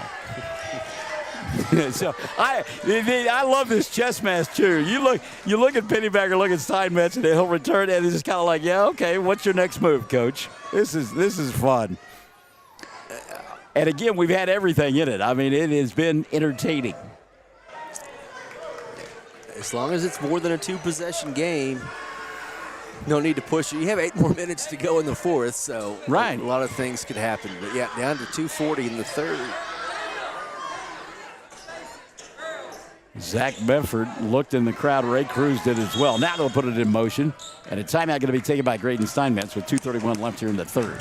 15-9 ball game. The chess match continues on Classic Hits 97.7. Friends, it's important to take care of your eyes, so make an appointment soon with Dr. Michael Geiger in Altus, Seth Geiger in Frederick, and Bryce Geiger in Elgin, and a new addition to our staff, Dr. Maddie Rhodes. The Geigers are professionals and very good at what they do. Geiger Eye Care is proud to support youth and sponsor sporting events. They encourage you to attend all the events you can and be involved with our youth. Geiger Eye Care, Michael and Maddie in Altus, Seth in Frederick, and Bryce in Elgin. Make an appointment soon with Geiger Eye Care, Altus, Frederick, and Elgin. Just to show that I have a wide range of musical tastes, and I can't think of the name of the song, but there's something out there about Applebee's and taking my girl and a Frosty. Are you familiar with that song? You heard that one? Apple Bottoms, no. Yes, I do. It's a recent song, but you're going to get me on that one because I'm not. I know, and I can. Yeah.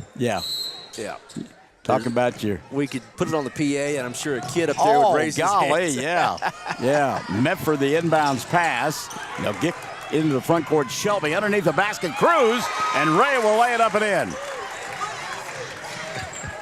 So Ray Cruz now with 4 of the ball game, 15-11. Travel on Aiden Warner out in front of us. Yeah, and this is what they want. Just those little mistakes that you make get compounded because the game is compacted and every possession matters.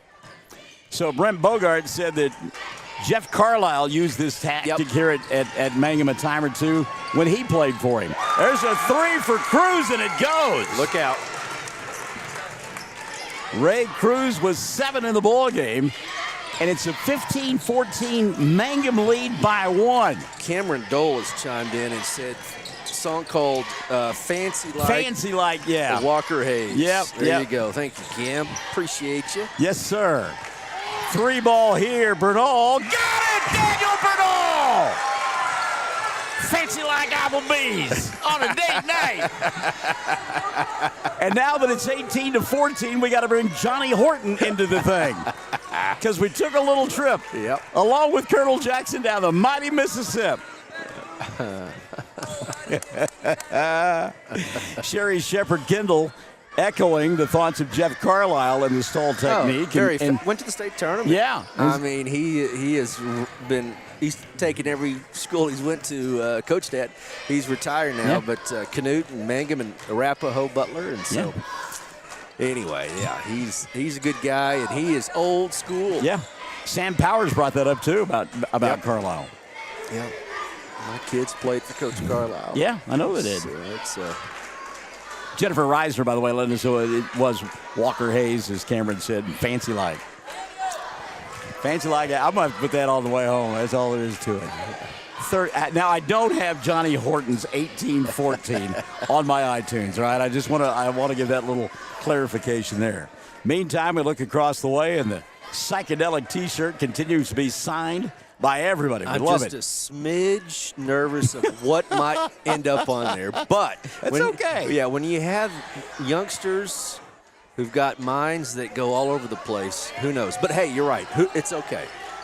5 seconds left in the quarter. Shelby puts it in motion. He'll stop. Go to Medford. Medford on the baseline. Whizzing it at the buzzer. Lays it up and in.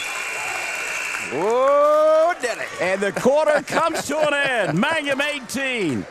Hollis 16. A Donnybrook developing here in Mangum. The Final 8 coming up on Classic Hits 97.7. We are a community of ongoing legacy and tradition. This is Lori Laughlin from Cattlemen's Bank, member FDIC. We are so proud of the continued success of the Mangum Tigers on and off the field. Good luck on another exciting sports season, Tigers. Cattlemen's Bank is behind you all the way. Greer County Farm Bureau agents Mickey Lively and Rod Calhoun support high school sports. Mickey and Rod offer insurance for property, auto, casualty, life, commercial, and crop insurance.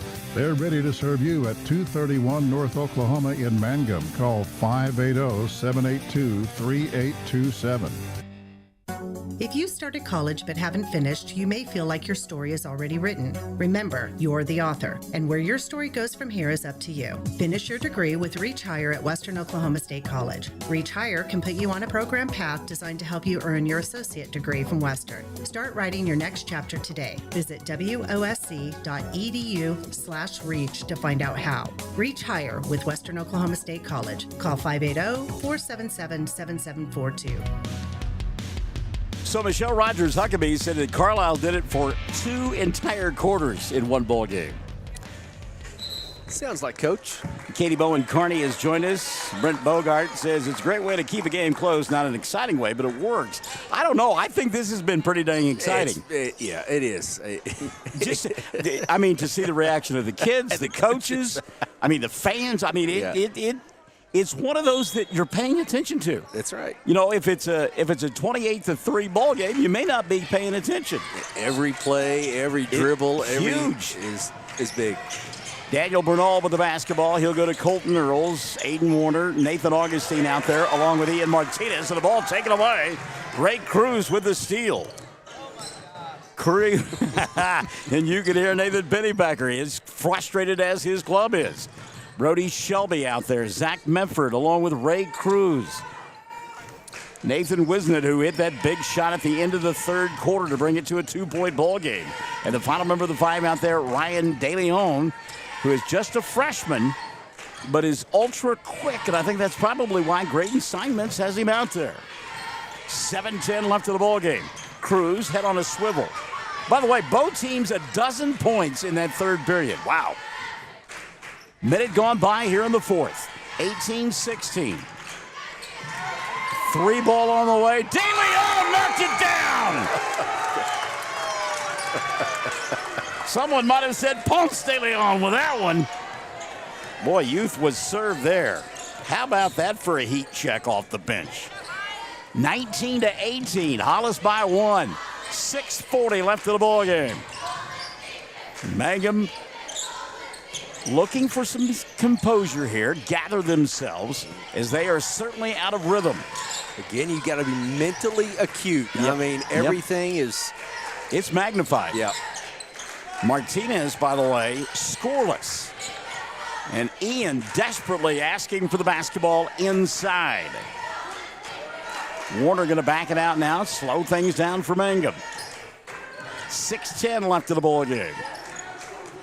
Bernal comes to Warner, inside Martinez, back to Earls. Colton with the left hand, missed his shot. Rebound, Martinez had it and then got it taken away. Well, down by 1, got to come out and pressure. Yep. Across the timeline, here comes Brody Shelby. Shelby, one-time Mangum Tiger, will go to Wisnett, back to Brody. He'll back it out with 5:40 remaining. And again, Bernal and Earls out high, guarding both Memford and Shelby. Now they'll go to Wisnett. Backdoor. Blocked away by Nathan Augustine. He climbs the ladder, and he says, get that stuff out of here. Second big block of the night for Nathan inside. 5:31 left of the ball game. Inbounds pass, Shelby. Spin move, Glass got it. Brody with 4. 21-18. 5:20 left of the ball game. Chad, the other thing coming into play now, the Hollis fans getting into the ball game. That's right. They can feel it. Bernal inside, stripped by Cruz. Ray going to slow things down to Shelby. Earlier, the Mangum fans irritated by the slowdown. Now that Hollis is taking the lead. The Tiger faithful getting loud. Jackson, you did great, my man. Thank you so much. We appreciate it. You did great. We got all kinds of autographs and still have room for more. That's awesome. That is cool. 4:45 remaining here. DeLeon with the ball at the right hash mark, matched up with Aiden Warner. Just far enough that they don't start the 5-second count, the distance between the two of them. Timeout going to be taken by Steinmetz. 4:31 left of the ball game, 21-18. Hollis by 3, and we're Classic Hits 97.7. Mangum Brick Company has been operating since the early 1900s. They're the largest private employer in Greer County. Mangum Brick is proud to support high school athletics radio broadcasts. And if you know of someone looking for work, always check with Mangum Brick, as they may be hiring. Everyone wants to be on a winning team. That's why Great Plains Bank is a proud supporter of the Tigers. No matter what life may throw at you, Great Plains Bank has the play drawn up, and we're ready to go into overtime to win your business. What makes Great Plains Bank different is that we will make the extra push to get you to the goal line. When it comes to your family's finances, every play counts. So pick a teammate you can trust. We want you on our team because with customers like you, we are greater together. Great Plains Bank, member FDIC and equal housing lender. Last 20 weeks or so been dominated by football on Monday nights. You had the NFL, Monday Night Football, then you had the college football championship a couple of weeks ago. Last week it was Tom Brady getting bounced. What do you do for a Monday night? Well, dial up a high school basketball game between arch rivals Hollis and Mangum, and then you throw in a stall and just a couple of other things. Wow. A couple of coaches needling the other. Yeah, other they're working one another, aren't they? Caitlin Huckabee and Morgan Martinez. Maddox has joined us. This is a good one, kids. 4:25 remaining. Still a ton of time. It's a 3-point ball game.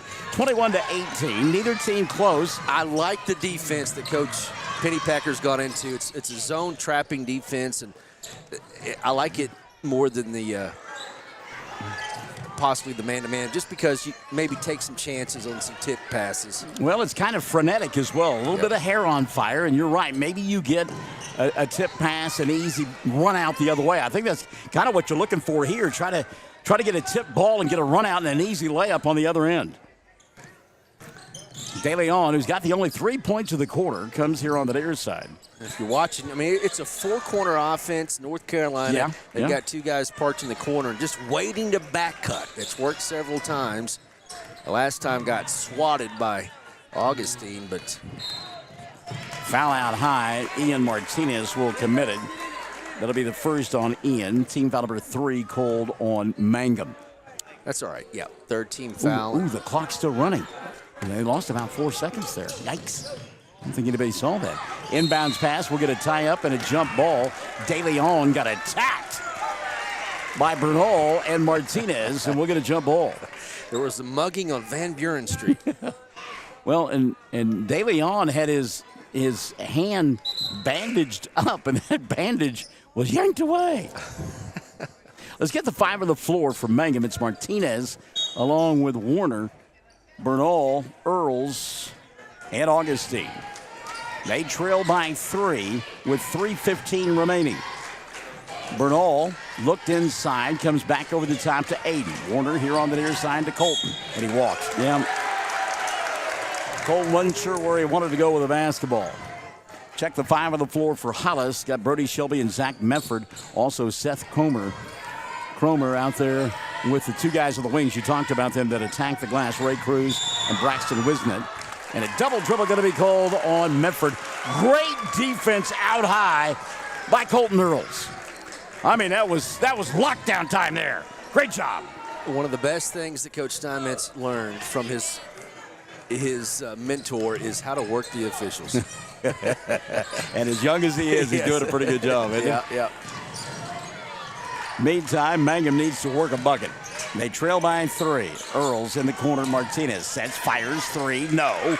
Rebound. Medford will take it away for Hollis. How well does Hollis crash the glass? I was just getting ready to say they have done an excellent job on the boards. One and done. Last several times down for Mangum. Shelby out high. Right in his hip pocket, Daniel Bernal. Diagonal pass, Cruz. Kicks it to Wisnett. And again, when Hollis they practice this, so they're very good at it. Medford kicks Wisnett. 2:15 remaining. Still a 3-point ball game. Ray going to bring it all the way out near the timeline. Aiden follows him. Now we'll get a bump and a bang. Foul going to be called on Warner. That'll be the 4th team foul called on Mangum and on Aiden, his 2nd of the night. And you can hear Coach Pennypacker, and he's right. Don't reward them. 2:07 left here in the ballgame. 21-18, inbounds pass tipped away. Aiden Warner will come up with it. Warner coming across the timeline. He'll find Bernal. Now to Earls, back to Daniel. Daniel. Well, I tell you what, Hollis has really done a nice job defensively. For all the talk about the stall game, they've done a good job on the defensive end. Really have. They have denied all night long. Warner inside, jump stop, and he walked with the basketball. Again, that's what they want, that frustration kicking in. They pack that zone. And trying to do too much. You still got a $1:45 remaining. You're only down by a possession. Medford going to bring it across the timeline. Mangum in desperate need of a steal and a run out. Bo Anderson going to come in at the next dead ball for Mangum. Remember in the first meeting between these two, he scored 10 points, knocked down a couple of threes. And that foul's is not a bad thing necessarily. It's only the 5th team foul. So if you get into a situation where you got to stop the clock, you need to get to that point. So Martinez with the foul, his 2nd, team foul number 5. Warner will sit down. Anderson will take his place, and Shelby will inbound. Martinez in his face. They go in the backcourt to Medford. They go try to trap him right away. Zach in the corner. Wisnett. Boy, I tell you what, he gets up so high. Those balls look to be out of bounds. And the young man, Braxton Wisnett, will go out and get it. Medford steps through. He'll come here on the near side. By the way, Joel Bernal has come into the ball game. I don't know that I don't foul Bernal. Of course, we still got one to go, and it traveled on Wisnett. So Braxton, who can jump and does a great job underneath the basket, not as well versed dribbling the basketball, and he got caught that timeout in no man's land. Timeout going to be taken here by Coach Pennypacker. 1:11 remaining in regulation. 21-18. It's a 3-point ball game. Hollis in front of Mangum. On Classic Hits 97.7. Triad Home Health in Mangum is locally owned and offers nursing, physical therapy, occupational, wound care, IV therapy, and more. All administered by people who go above and beyond for you. Phone Triad Home Health today at 580-782-5800. That's 782-5800. Around here, we say go Tigers. This is Jacob Gilner from Cattlemen's Bank, member FDIC. We love our Mangum Tigers, so suit up in your best and brightest orange, and we will see you at the games. Cattlemen's Bank is Tiger proud. Hi, I'm Anna with Dapper 14 Boutique at 209 North Oklahoma in Mangum. I would like to wish everyone a Happy New Year and invite you to visit our store. We feature clothing and accessories in all sizes for all ages. Start the new year off right with something special from Dapper 14. Come see us or visit us on Facebook or at dapyr14.com. I hope our good friend Pam Simmons is still listening, but I hope she's listening at home. The last time we were in a situation like this, she was listening to a broadcast and was driving and apparently got a speeding ticket. So I don't want that to happen here, Pam. What a dandy we got going on, kids. 1:11 left in regulation, 21-18. Mangum with 1 timeout remaining. It's a full timeout. Meantime, a full timeout and 2:30 still for Hollis. Foul situation, Hollis just 2 team fouls. 5 now on Mangum, and the arrow points the way of Hollis. Mangum with the ball. They'll go inside Martinez. Martinez double, triple team. Fouled as he put up the shot.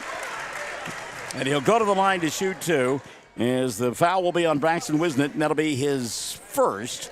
And just the 3rd team foul called on Hollis. That was a good hard foul. That was a city gym foul, right? Yeah, exactly. You're just not going to let him make that shot. Going to make him go to the free throw line and earn it. Ian to get 2. First one on the way. No good. Martinez will get 1 more. And it worked. Mangum for the foul line. 2 of 4 on the night. Bojangles back defensively. Matched up with Ray Cruz. Second one on the way. No good. Battle for the rebound. Augustine had it. Got tied up by Shelby. We'll get a jump ball, and as we mentioned a moment ago, the arrow pointing the way of Hollis. 56.2 remaining. I don't know that I don't start fouling right away. You've got one to give. Inbounds pass to Cruz, and Martinez will get called for a block. Nathan Pennypacker thought that Martinez had coaxed a walk out of Cruz. It's team foul number 6. So the next one will send Hollis to the foul line. Shelby to inbound to our left. He'll go to Medford. Zach spins away from the defense, and now he'll get grabbed as he went to the timeline. And I believe they'll call that one on Colton Earls. Let's see. It will be on Colton, his second. Team foul number 7 on Mangum. 21-18. They trail 51.7 remaining. Medford to the free throw line. Zach all night, 3 of 5. But he has made his last 3. Missed his first 3 and then made his next 3. So he's 3 of 6. And now 3 of 7 as Martinez will grab the rebound and get fouled immediately by Wisnett. Well, that's what you wanted from Mangum. You're going to miss and get the ball back. Not much time off the clock, so. Foul on Braxton is second. Just the 4th team foul, though, on Hollis. Anderson across the timeline. Bo getting the play in from Coach. They'll go to Earls. Now at the free throw line, Martinez. Ball knocked out of his hands. Wraparound pass, Bernal for the tie. Halfway down. Wouldn't stay. Battle for the rebound and thrown away by Medford. And it will be Mangum basketball. How close was that to being a tie ball game? It was so close. Wow. Almost a great save, too, by Hollis. Yeah. But threw it away. But tell you what, it may be icy and snowy tomorrow, but, yeah, definitely heat. It is heating up here. 30 seconds left in the ball game. Here on the near side, Anderson. Bo looking for space, and he'll throw it into the backcourt, and a turnover, going to give it to Hollis. Stops the clock with 20.8 remaining. Well, if you're Mangum, you've got to foul immediately on the inbounds play. And you can hear Nathan Pennypacker down below us saying exactly that.